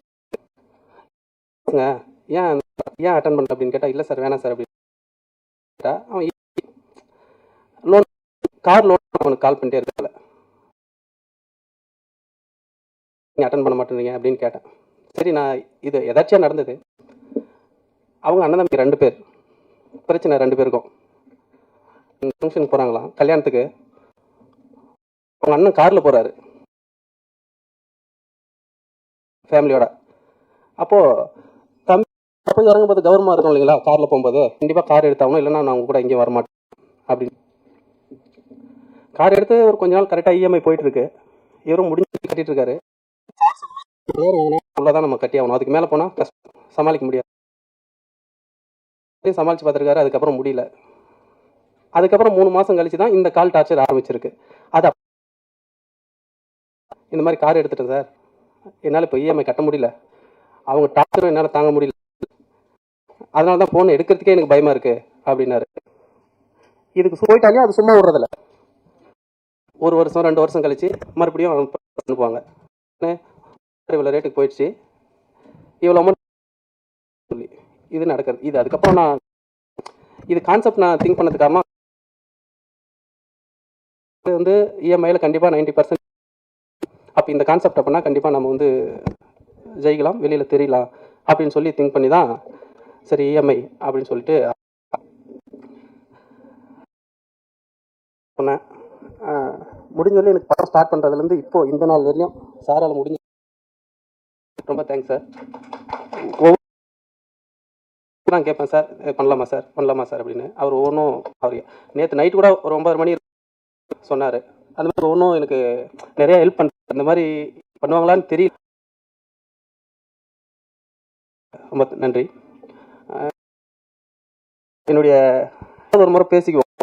அவர் வந்து பஞ்சாயத்து தலைவர், எப்பயாவது ஒரு டைம் தான், அடிக்கடி பேசுறதில்ல. அப்போ நம்ம ஒரு 4 பண்ணிடலாம் அப்படின்னு சொல்லிட்டு பேசிட்டு இருந்தோம். அந்த 4வதுல சாரும் 4 பேர்ல சாரும் ஒரு ஆள் தான் அப்படின்னு சொல்லி, எதுக்கு 4 பேர் போட்டாங்கன்னா சொல்லணும், ஒரு 5 நீ அப்படிலாம் பண்ணாத, நானே பண்றேன், நீ பண்ணு அப்படின்னு சொல்லி எனக்கு தைரியம் சொன்னாரு. ஃப்ரெண்ட்ஷிப்பை நமக்கு எல்லாருக்கும் ஃப்ரெண்ட், ஆனால் அந்த ஃப்ரெண்ட்ஷிப் வந்து எப்போ யாருக்கும் தெரியாது. அந்த மாதிரி எனக்கு கரெக்டான டைமில் கை கொடுத்தாரு. நான் படிக்கிறதா இல்லை, சார் சொன்ன மாதிரி நாங்கள் வந்து ஹீரோ தான் பார்த்துட்டு இருந்தோம். பட்ஜெட் அதிகமாக போயிட்டு இருந்தது. எங்கள் பட்ஜெட்டே ஹீரோ கேட்டதுனால, சரி நம்ம சின்ன பட்ஜெட்டில் பண்ணுறோம், கரெக்டாக பண்ணணும், அவ்வளோ கொடுத்துட்டா திரும்பி கடன் வாங்கி பண்ண முடியாது, மாட்டி போய் எனக்கு இருக்கிற சினிமா அந்த மாதிரி இருக்குது அப்படின்னு சொல்லி பேசும்போது சார் தான் சொன்னார், பேர் சார், சார் அப்படி பண்ணும்போது நீயே ட்ரை பண்ண வேண்டியதானே அப்படின்னு. நம்ம ப்ரொடியூசரும் என்னது நண்பன், அவரும் பண்ணுப்பா ஏன்பா அப்படின்னு. இல்லைப்பா அது சரி வராது, பார்க்கலாம் அப்படிங்கும்போது, இல்லை இல்லை நீ எதுவும் ஃபீல் பண்ணாது, தைரியமாக நீ பண்ணு அப்படின்னு சொல்லி சப்போர்ட் பண்ணார். அது அப்படின்னு சொல்லிட்டு பண்ணேன். இது எதர்ச்சியாக நடந்தது தான், நான் நடிக்கணும்னு சொல்லி இது பண்ணல. அது மாதிரி ஒவ்வொரு விஷயமும் இதுலேயும் செலவாகிருக்கிறது ஒரு கேட்கல என்னுடைய நண்பன். அதே மாதிரி அவருக்கு கரெக்டாக உண்மையாக நானும் நடந்துட்டு இருக்கேன் இது வரையிலையும்.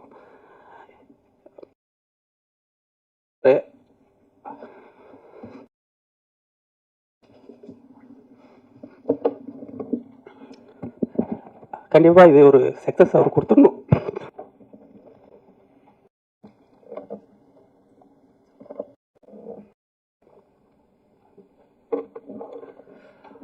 ஒவ்வொரு விஷயமும் இது வரையிலும் பார்த்து தான் செஞ்சுட்டு வரோம், ஒவ்வொரு செலவும். ஏன்னா அவருக்கு ரொம்ப இழுத்து விட்டுறக்கூடாதுன்னு சொல்லி கண்டிப்பாக அந்த பேங்கை பற்றி சொல்லியிருப்பாங்க, நாங்கள் வந்து வாங்குறத பற்றி தான் சொல்லியிருப்போம். ஜென்ரல் எல்லாருமே இப்போ ஒரு ஃபோன் 20,000 ரூபாய் வாங்குறோம்னா கூட அது கண்டிப்பாக இஎம்ஐ. ஏன் நானே என் ஃபோன் கால் ஆயிடுச்சு, போனேன் ஃபோன் ரேட் சொன்னேன், சார் இஎம்ஐயில் எடுத்துக்கோங்க, உங்களுக்கு டாக்குமெண்ட் சார்ஜ் மட்டும் தான் வரும், நீங்கள் நான் எடுத்துகிட்டு போனேன், ஒரு 20,000 எடுத்துகிட்டு போனேன். ஆனால் அவன் கட்ட விடல. என்னை வந்து நீங்கள் எந்த அமௌண்ட்டும் கட்ட வேணாம், டாக்குமெண்ட் சார்ஜ் மட்டும் 1800 ரூபாய் கட்டுங்க, ஃபோன் எடுத்துகிட்டு போங்க அப்படின்னா. சரி அப்போ நமக்கு அந்த பணம் தான் பெருசு, விட்றா மாதம் கட்டிக்கலாம், இது என்னடான்ட்டு நமக்கு அப்போதைக்கு பணம் வேணும், அப்புறம் பார்த்துக்கலாம்னு சொல்லிட்டு வாங்கிட்டு வந்துட்டேன். இதுவும் நடந்தது தான் 15 நாளைக்கு முன்னாடி.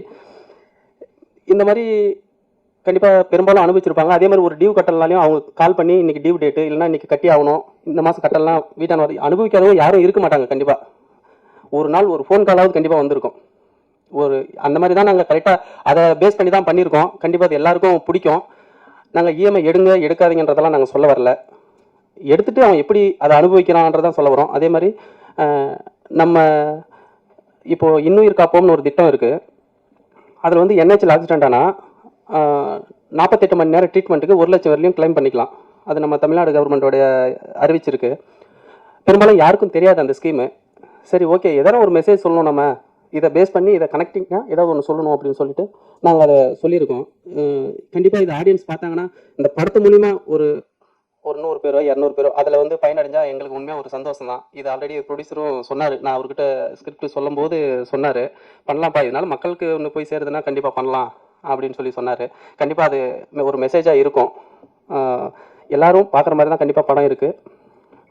சப்போர்ட் பண்ண டெக்னீஷியன் எல்லாருக்குமே, பாண்டி, ஆதவன், சுரேஷ் மாஸ்டர், அவர் சார் சொன்ன மாதிரி ஒரு 2 நாள் ரிஹர்சல் போனேன். எனக்கு இதான் வேணும் அப்படின்ட்டேன்னா, இது ரொம்ப கஷ்டப்பட்டோம், இருந்தாலும் மாற்றலாம், மூமெண்ட் மாற்றலான்னு இல்லை, வேணாம் மாஸ்டர் இதே இருக்கட்டும் அப்படின்னு சொல்லி. ஏன்னா ஒவ்வொன்றும் பார்த்து தான் செஞ்சுருக்கோம். கண்டிப்பாக சப்போர்ட் பண்ணுங்கள். ட்ரைலர்லேயே தெரிஞ்சிருக்கோம். கண்டிப்பாக ரிலீஸ் முன்னாடி ப்ரெஸ் அரேஞ்ச் பண்ணுறோம், பாருங்கள், கண்டிப்பாக உங்களுக்கு பிடிக்கும், சப்போர்ட் பண்ணுங்கள். அதே மாதிரி ஒரு சில பேர் நடிச்சிருக்காங்க, அவங்களுக்கு சால்வை போட்டு மரியாதை செஞ்சிடலாம் அப்படின்னு சொல்லிட்டு.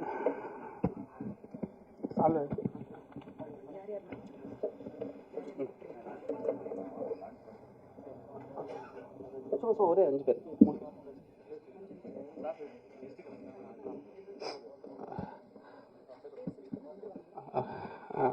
சாரி, எமோஷனல் தேவயானி மேம் சொல்ல மறந்துட்டேன். தேனப்பன் சாரும் சொல்ல மறந்துட்டேன், சொன்னா இல்லையான்னு தெரியல, ஏன்னா ஒரு இதாக இருக்குது. Sorry ma'am. நாங்கள்லாம் அப்போயே உங்களை பார்த்து ரசிச்சுட்டு இருந்தோம். எங்கள் ஃபேமிலியே உங்களுக்கு ஃபேன்.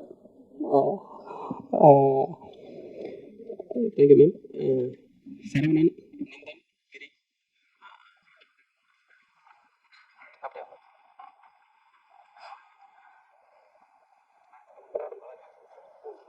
சொல்கிறேன் இருங்க சொல்கிறேன் இருக்கு சார் மூணு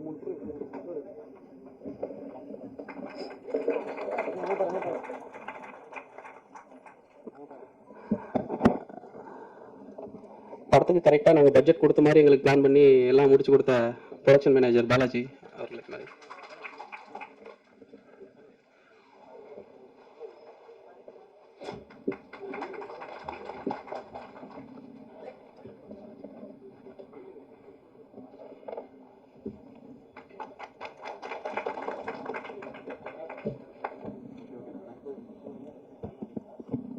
ஓகே தேங்க்யூ. Thank you sir. இந்த இஎம்ஐ படம் உங்களுக்கு வெற்றிகரமான படமாகவும் லாபகரமான படமாகவும் அமையணும் அப்படின்னு எல்லார் சார்பாகவும் வாழ்த்துக்களை தெரிவிச்சுக்கிறோம். அடுத்தபடியாக கதைகள் யார் வேணாலும் எழுதலாம், ஆனா திரைக்கதை எழுதுறது அப்படிங்கிறது ஒரு தனி கலை அப்படின்னு சொல்லுவாங்க. அந்த வகையில இவர் அதுலதாமா ஸ்பெஷலிஸ்டே. திரைக்கதை திலகம் இயக்குனர் திரு கே பாக்யராஜ் அவர்களை அன்போடு பேச அழைக்கிறோம்.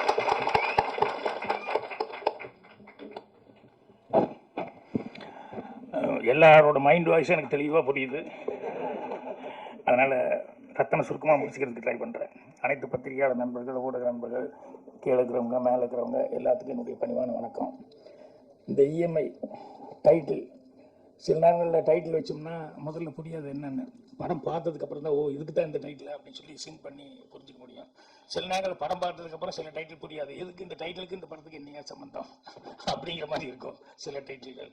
ஆனால் இதில் இவர் வச்ச டைட்டிலில் வந்து கதை, திரைக்கதை, வசனம் என்ன இதுங்கிறது எல்லாமே அந்த இஎம்ஐங்கிறதுல எல்லாமே வந்துருச்சு. யாரும் புதுசாக அதை பற்றி ஒருத்தருக்கு சொல்லணுங்கிற அவசியமே இல்லை. அந்தளவுக்கு அந்த டைட்டிலே எல்லா விவரமும் கொடுத்துட்டாரு.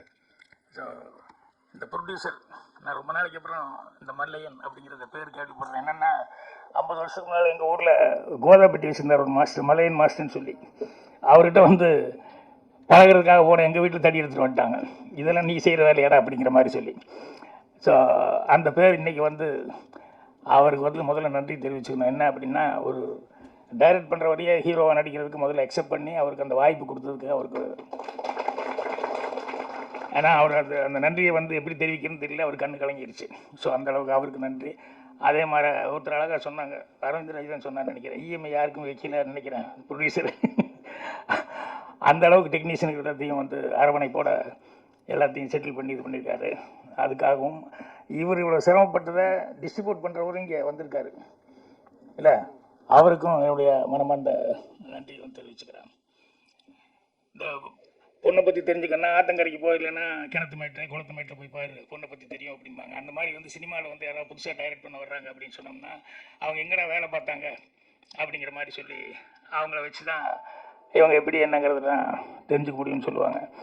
அந்த மாதிரி சதாசிவம் சின்னராஜ் அவர்கள் வந்து எங்கே வேலை பார்த்தாரு என்ன அப்படின்னு சொல்லி விசாரிக்கும்போது அப்புறம் முதல்ல அவர் வந்து திருமலைக்கிட்ட வேலை பார்த்தாரு. அதுக்கப்புறம் கடைசியில் வந்து வேலை பார்த்து சொல்லி சொன்னாங்க. ஸோ முதல்ல வந்து இந்த படத்தினுடைய இசை வெளியீட்டு விழா அப்படிங்கிறதுனால வந்து இந்த பிச்சை கோடீஸ்வரர் ஆகணும், அவர் அந்த அளவுக்கு பாட்டு போட்டிருக்காரு, நல்லா மெலடியும் நல்லா போட்டிருக்காரு. அதே மாதிரி அவருடைய அஸ்கு பிஸ்குன்னு சொல்லி ரிஸ்க் எனக்கு ரஸ்க்கு அந்த பாட்டு, அதையும் 6/8 பாட்டும் ரொம்ப நல்லா போட்டிருக்காரு. அதனால் சாங்ஸை பொறுத்த வரைக்கும் சோட போகாத அளவுக்கு பண்ணியிருக்காரு. மற்ற டெக்னீஷியன் எல்லாருமே ரொம்ப சிறப்பாக வந்து இதில் பணியாற்றிருக்காங்க. எல்லாத்துக்கும் என்னுடைய வாழ்த்துக்களை வந்து முதல்ல தெரிவிச்சுக்கிறேன்.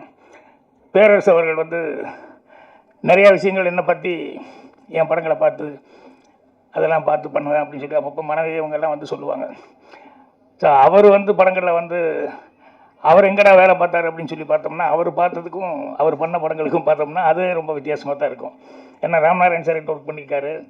அவர் மனுஷன் நம்புறதை விட நாய் பூனை புலி இந்த மாதிரி வந்து இதை நம்பினா பெட்டர் அப்படிங்கிற மாதிரி நிறைய படம் அதில் வந்து ஆடு எண்ணு அந்த மாதிரி அவர் இது பண்ணவர். அதுக்கப்புறம் தரணிக்கிட்டையும் வேலை பார்த்துருக்காரு. ஆனால் இவர் ரெண்டும் இல்லாமல் இவர் ஒரு டைப்பில் வந்து இவருடைய படங்கள் இருந்தது.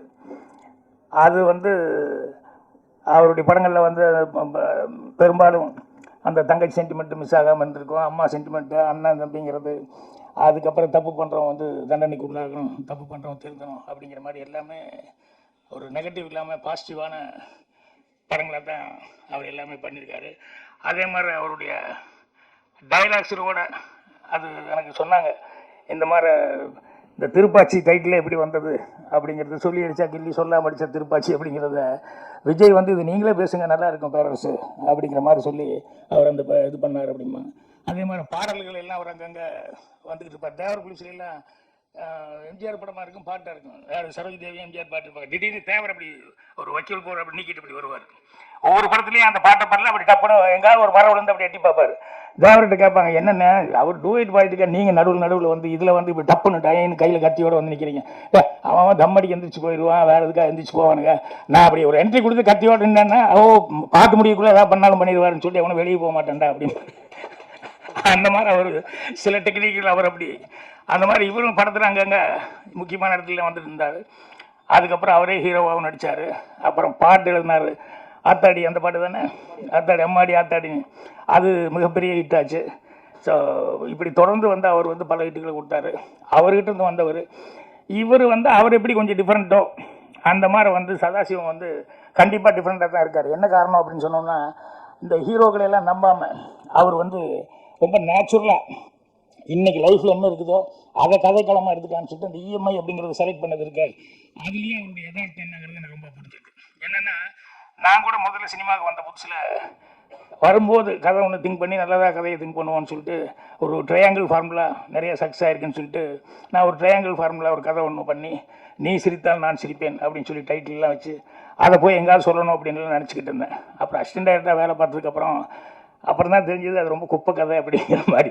இது மாதிரி எத்தனை படங்கள் வந்திருக்கு அப்படின்னு சொல்லிட்டு அதுக்கப்புறம் நானே அதை அழிச்சிக்கிட்டேன். இது வேண்டாம், யதார்த்தமாக ஏதாவது செய்வோன்னு சொல்லி 16 வயதுல ரயில் இதெல்லாம் ஒர்க் பண்ணும்போது கூட நான் வந்து கதையை பற்றி திங்க் பண்ணேன். முதல்ல இந்த அசிஸ்டன்ட் டைரக்டராக வேலை பார்த்துருக்கோம், அதை கரெக்டாக செய்வோம் அப்படின்னு சொல்லிட்டு அது மேலே மட்டும்தான் கான்சன்ட்ரேஷனாக இருந்தேன். அதுக்கப்புறமா தான் வந்து சிவபிரஜாக்கெல்லாம் முடிஞ்சு டைரக்ஷன் பண்ணலாம் அப்படின்னு சொல்லும்போது லைஃப்பில் நமக்கு என்ன பாதிப்பு என்ன நடந்திருக்கு அப்படின்னு சொல்லிட்டு அதை வச்சு கதை பண்ணுவோம். பார்த்தா யார் பார்த்தாலும் அடையாது நம்ம பார்த்துருக்கோமே, நம்ம வீதியில் இப்படி இருக்க, நம்ம வீட்டுக்கு எதிர்த்தாப்புல வீட்டில் இப்படி நடந்திருக்க, நம்ம சொந்தக்காரங்களே இப்படி இருக்காங்களே அப்படின்னு சொல்லி ஐடென்டிஃபிகேஷன் இருக்கிற மாதிரி கதையை பிடிக்கணும் அப்படின்னு சொல்லி தான் அதுக்கப்புறம் சுவர்லா சித்திரங்கள் வந்து அந்த மாதிரி கதையை வந்து நான் முதல்ல செலக்ட் பண்ணேன். அதுக்கப்புறம் வர எனக்கு பின்னால் வர அந்த வழியில் கதை திங்க் பண்ணுறதுங்கிறது தான் கண்டிப்பாக சக்ஸஸ்ஃபுல்லாக இருக்கும் அப்படிங்கிறது வந்து எனக்கு தெளிவாக தெரிஞ்சது. வெங்கடேஷ் அவர்கள் பேசும்போது அந்த ஜோசப் அவரை பற்றி வாசில் ஜோசப் அவரை பற்றி சொல்லிட்டு இருந்தார். அவருடைய கதைகள் எல்லாமே வந்து பார்த்தீங்கன்னு சொன்னால் அவர் டைரக்ஷன் பண்ணது அவர் பண்ணுற கதைகள் எல்லாம் பார்த்தோம்னா டே டு டே லைஃப்பில் என்ன நடந்துட்டு இருக்கோ அதை தான் கதைக்களமாக எடுத்துக்கிறாரு. அதனால தான் வந்து அங்கே ஈஸியாக வந்து அண்டர்ஸ்டாண்ட் பண்ணிக்கிறாங்க. ஸோ இங்கே பாண்டி ரொம்ப ஆதங்கப்பட்டு பேசினாப்புல, என்ன அது படமே ஓட மாட்டேங்குது, நிறையா ப்ரொடியூசர் வந்து ப்ரொடியூசர் டைரக்டர்ஸ் யூனியன் இப்போ இன்றைக்கி தலைவர் அவர் தான், அவரே டைரக்ட் பண்ணால் போனால் கிடைக்க மாட்டேங்கிறாரு, டைரக்டர்களே யாரும் கிடைக்க மாட்டேங்க, அவரே அப்படி பேசிட்டு போகிறாரு. அந்த மாதிரி இருக்கும்போது பாண்டி நீ ஆதங்கப்பட்டு என்ன பண்ண முடியும்? அதே மாதிரி அவர் ஆதம் அப்படி தான், நான் வருஷத்துக்கு ஒரு படம் தான் அப்படின்னு. ஆனால் ஆதம் வந்து என்னென்னா வேற நிறைய திறமைகள் இருக்கிறதுனால அவருக்கு நடிக்கிறத விட அவருக்கு வந்து நிறையா வந்து பாடக்கூடிய திறமைகள் இருக்குது, காமெடி சென்ஸ் நல்லா இருக்குது, மிமிகிரி இதெல்லாம் இருக்குது. ஸோ அவருக்கு வந்து ஃபாரின் அந்த இது நிறையா வர்றதுனால இங்கே போய் படங்களில் புக் ஆகி இங்கே தேடிக்கிட்டு இவங்க சொன்ன மாதிரி இஎம்ஐயில் தான் பேமெண்ட் அப்படிங்கிற மாதிரிலாம் இல்லாமல் அவருக்கு போனால் கரெக்டாக இருக்குதுங்கிறதுனால நானே ஒரு வெளியூரில் தான், வெளிநாட்டில் அங்கே இங்கே தான், துபாயில் அங்கே இங்கே தான் நான் 2-3 தடவை சந்திக்க வேண்டி வந்தது. ஸோ அந்த மாதிரி இருக்காரு. ஆனால் அவர் வந்து என்னென்னா இதையும் கான்சன்ட்ரேஷன் பண்ணி கொஞ்சம் டைம் எடுத்துக்கலாம் அப்படின்னு சொன்னோம்னா கண்டிப்பாக அவருக்குன்னு ஒரு வாய்ப்புகள் வந்து கண்டிப்பாக வரும். ஏன்னா அவருக்கு இருக்கிற டேலண்ட்டுக்கு வந்து கண்டிப்பாக வந்து நல்ல வாய்ப்புகள் வர்றதுக்கான சான்சஸ் இருக்குது. அப்புறம் எல்லாருமே இதை ஃபீல் பண்ணி சொல்லிக்கிட்டு இருந்தாங்க, என்னென்னா படம் ஓடுறதில்ல அப்படி இப்படின்ட்டு. படங்கள் வந்து கண்டிப்பாக நிச்சயமாக ஓடும். இப்போ அவர் இந்த ஜோசப் சொன்னாங்களே, பாசில் ஜோசப், அதெல்லாம் வந்து என்னென்னா நேச்சுரலாக வந்து அவங்க வந்து படம் வந்து எடுத்துகிட்டு இருக்காங்க. கதைகள் வந்து எங்கேயுமே அங்கேயும் இங்கேயும் இப்படி போய் தேடி கீடி எல்லாம் வந்து கதையை வந்து திங்க் பண்ணிட்டு இருக்கிறதில்ல. லைஃப்பில் என்ன நடக்குதோ அதை வச்சு தான் கதை பண்ணணும் அப்படின்னு சொல்லிட்டு அவங்க ஃபீல் பண்ணதுனால தான் அந்த கதைகள் மலையாளத்தில் இருக்கிற கதைகள் எல்லாம் குயிக்காகவும் எடுக்க முடியுது, ரொம்ப அவங்களுக்கு செட்டு போட வேண்டியதில்லை, பிரம்மாண்டங்கள் அத்தியாவசியமாக தெரியல. அதே மாதிரி வந்து அவங்களுக்கு வந்து கோடிக்கணக்கில் செலவு பண்ணுங்கிற அவசியம் இல்லாமல் இருக்குது. அதனால் இப்போ இவர் இந்த இஎம்ஐ அப்படிங்கிறத எடுத்துக்கிட்டு அவர் சொன்னார் ஹீரோ கிடைக்கல அப்படின்னா, ஹீரோ கிடைக்கலன்னா ஒன்றும் தப்பு ஒன்றும் இல்லை நீங்கள் நடிச்சது. ஏன்னா நீங்கள் அந்த கேரக்டருக்கு உண்டான இயல்பாக தான் இருந்தீங்க. என்ன அந்த டூயட் பாடும்போது மட்டும் எனக்கு இந்த மாதம் இன்னும் இஎம்ஐ கட்டலையே, முடியுமா முடியாதான், டூயட்டில் கூட அந்த பொண்ணு அழகாக சிரிச்சுக்கிட்டு இருக்குது ஹீரோயின், இவர்கிட்ட மட்டும் லேசாக அந்த ஃபீலிங் இருந்தது. நான் பாட்டப்போ அதுதான் கவனிச்சுக்கிட்டு இருந்தேன். சரி என்ன மாதிரி டான்ஸ் தகராறு போல இருக்குது அப்படின்னு. அப்புறம் நல்லா யோசிச்சு பார்க்கும்போது அவருடைய டைட்டிலே மைண்டுக்கு வந்துருச்சு. ஸோ அவர் முதல் தடவையாக அது செய்யும்போது ரொம்ப அவர் நம்மளை நம்பி கொடுத்துருக்காரு, நம்மளை நம்பி படம் போட்டிருக்காரு. கண்டிப்பாக இதை நம்ம நல்லபடியாக சக்ஸஸ்ஃபுல்லாக செய்யணும் அப்படிங்கிற மாதிரி அந்த பொறுப்புணர்ச்சியோடு செஞ்சுருக்காரு. அதே மாதிரி அவருக்கு எல்லாருமே மியூசிக் டேரக்டர்லேருந்து கேமராமேன்லேருந்து இன்னும் ப்ரொடக்ஷன் மேனேஜர் எடிட்டர் எல்லாருமே அவருக்கு நல்லபடியாக அவர் சக்ஸஸ்ஃபுல்லாக வரணும் அப்படின்னு சொல்லி அவர் எல்லாம் ஹெல்ப் பண்ணியிருக்காங்க. ஸோ அதை அவர் ரொம்ப மனசில் வர்றது தானே ஈஸியாக வெளியே சொல்ல முடியும். ஸோ அந்த அளவுக்கு இது பண்ணியிருக்காரு. கண்டிப்பாக இப்படி ஒரு நல்ல தயாரிப்பாளர் கிடைச்சதுனால இவர் இந்த படம் ஏன்னா இஎம்ஐங்கிறது நேச்சுரலாக எல்லாருமே இதை பற்றி எல்லாரும் பேசினாங்க. இருக்கிறது என்ன ப்ளஸ் மைனஸ் எல்லாமே சொன்னாங்க. தேவயானி சொன்ன மாதிரி நல்லதும் இருக்குது கெட்டதும் இருக்குது. இது நல்லதாக எடுக்கிறதுனா நல்லதாக எடுத்துக்கலாம், கெட்டதாக இருக்குது. ஏன்னா லிமிட்டாக வாங்கி இதுக்குள்ளே நம்ம கண்ட்ரோலாக பண்ண முடியும் அப்படின்னு சொல்லி சொன்னோம்னா அது நமக்கு ஹெல்ப்ஃபுல்லாக இருக்கும். ஆசைப்பட்டுக்கிட்டு இப்போ அவரே டைரக்டர் பேசும்போது சொன்னார்ல, வைஃப் சொல்லிச்சு நான் அடுத்த இடம் கூட காரில் என்ன வரமாட்டேன் அப்படின்னு சொன்னால் அப்புறம் வேறு வழி இல்லை. புருஷன் கொண்டு பொண்டாட்டிக்குள்ளே சண்டைன்னா என்ன பண்ணுவான்? சரி போய் கையெழுத்து போட்டுருவோம்னு சொல்லி கையெழுத்து போட்டுவான், அப்புறம் மாட்டிக்குவான். அப்புறம் பேர சொன்ன பொண்டாட்டி தான் பதில் சொல்லணும், அந்த பொண்டாட்டி தான் பதில் சொல்லி ஆகணும், வேறு என்ன பண்ணுறது? அதனால ஆபத்தும் பெண்ணாலே அழிவதும் பெண்ணாலே இப்படியெல்லாம் அந்த காலத்துல தான் சொல்லி வச்சிருக்காங்க. அதனால அவங்களுக்கு எப்பவுமே அந்த அடுத்த வீட்டு அப்படி இப்படின்னு பாக்குறதுல சில நேரங்களில் சில பெண்களுக்கு அது வந்துடும்.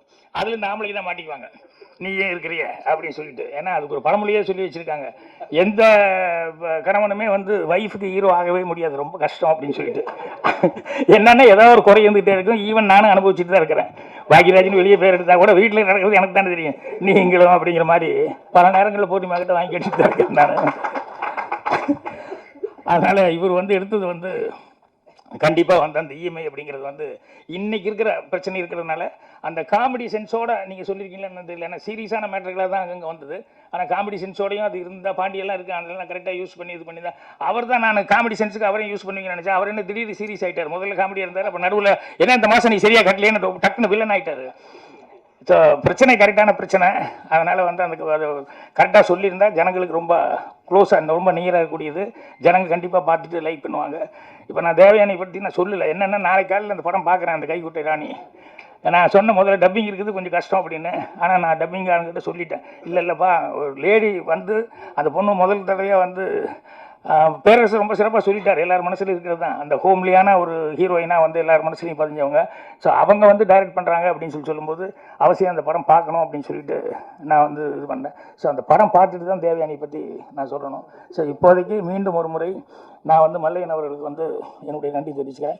அப்புறம் ரொம்ப நாளைக்கு அப்புறம் இன்னைக்கு சுத்த தமிழில் நல்லா அவங்க ஐஸ்வர்யாவா ரொம்ப அழகாக தமிழில் பேசினாங்க. ரொம்ப குளிர்ச்சியாக கேட்கறதுக்கு ரொம்ப சந்தோஷமாக இருந்தது. ஏன்னா நடுவில் சில நேரங்களில் சில பேர் பேசும்போது என்னென்னமோ மாதிரி இருக்குது. தமிழ் படத்தில் தமிழ் இதுக்குள்ள நிகழ்ச்சியில் அந்த மாதிரி இல்லாமல் இருக்கும். அது இல்லாமல் ரொம்ப சுத்தமாக நீங்கள் பேசுனீங்க. உங்களுக்கு என்னுடைய பாராட்டுகள். எவ்வளோ நேரம் பொறுமை காட்டுறதுக்கு உங்களுக்கு எல்லாம் சந்தோஷமாக நன்றி நான் தெரிவிச்சுக்கிறேன். நன்றி, வணக்கம். நடுவில் கொஞ்சம் பேர் எல்லாம் கோவப்பட்டாங்க. சரி பரவாயில்ல, இந்த ஃபங்க்ஷனில் கோபம் சோகம் தாகம் எல்லாமே இருக்குது தான் செய்யும் அப்படின்னு சொல்லிட்டு பேரரசு கொஞ்சம் டென்ஷன் ஆகிட்டாப்புல. ஏன்னா பேச இப்படி இது பண்ணிட்டாங்களேன்னு. ஸோ எல்லாருமே ஒரு சுமூகமாக அதை எடுத்துக்கணும், யார் எதையும் பெருசாக எடுத்துக்க வேண்டாம்னு சொல்லி கேட்டுக்கிறேன். நன்றி, வணக்கம்.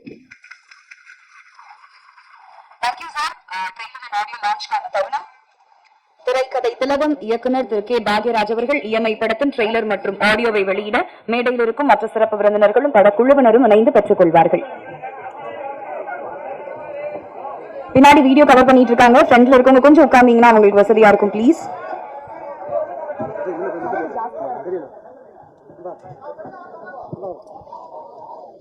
சார் ஃப்ரண்ட்ல இருக்கவங்க கொஞ்சம் ப்ளீஸ் சீக்கிரமா செட்டில் ஆயிருங்க.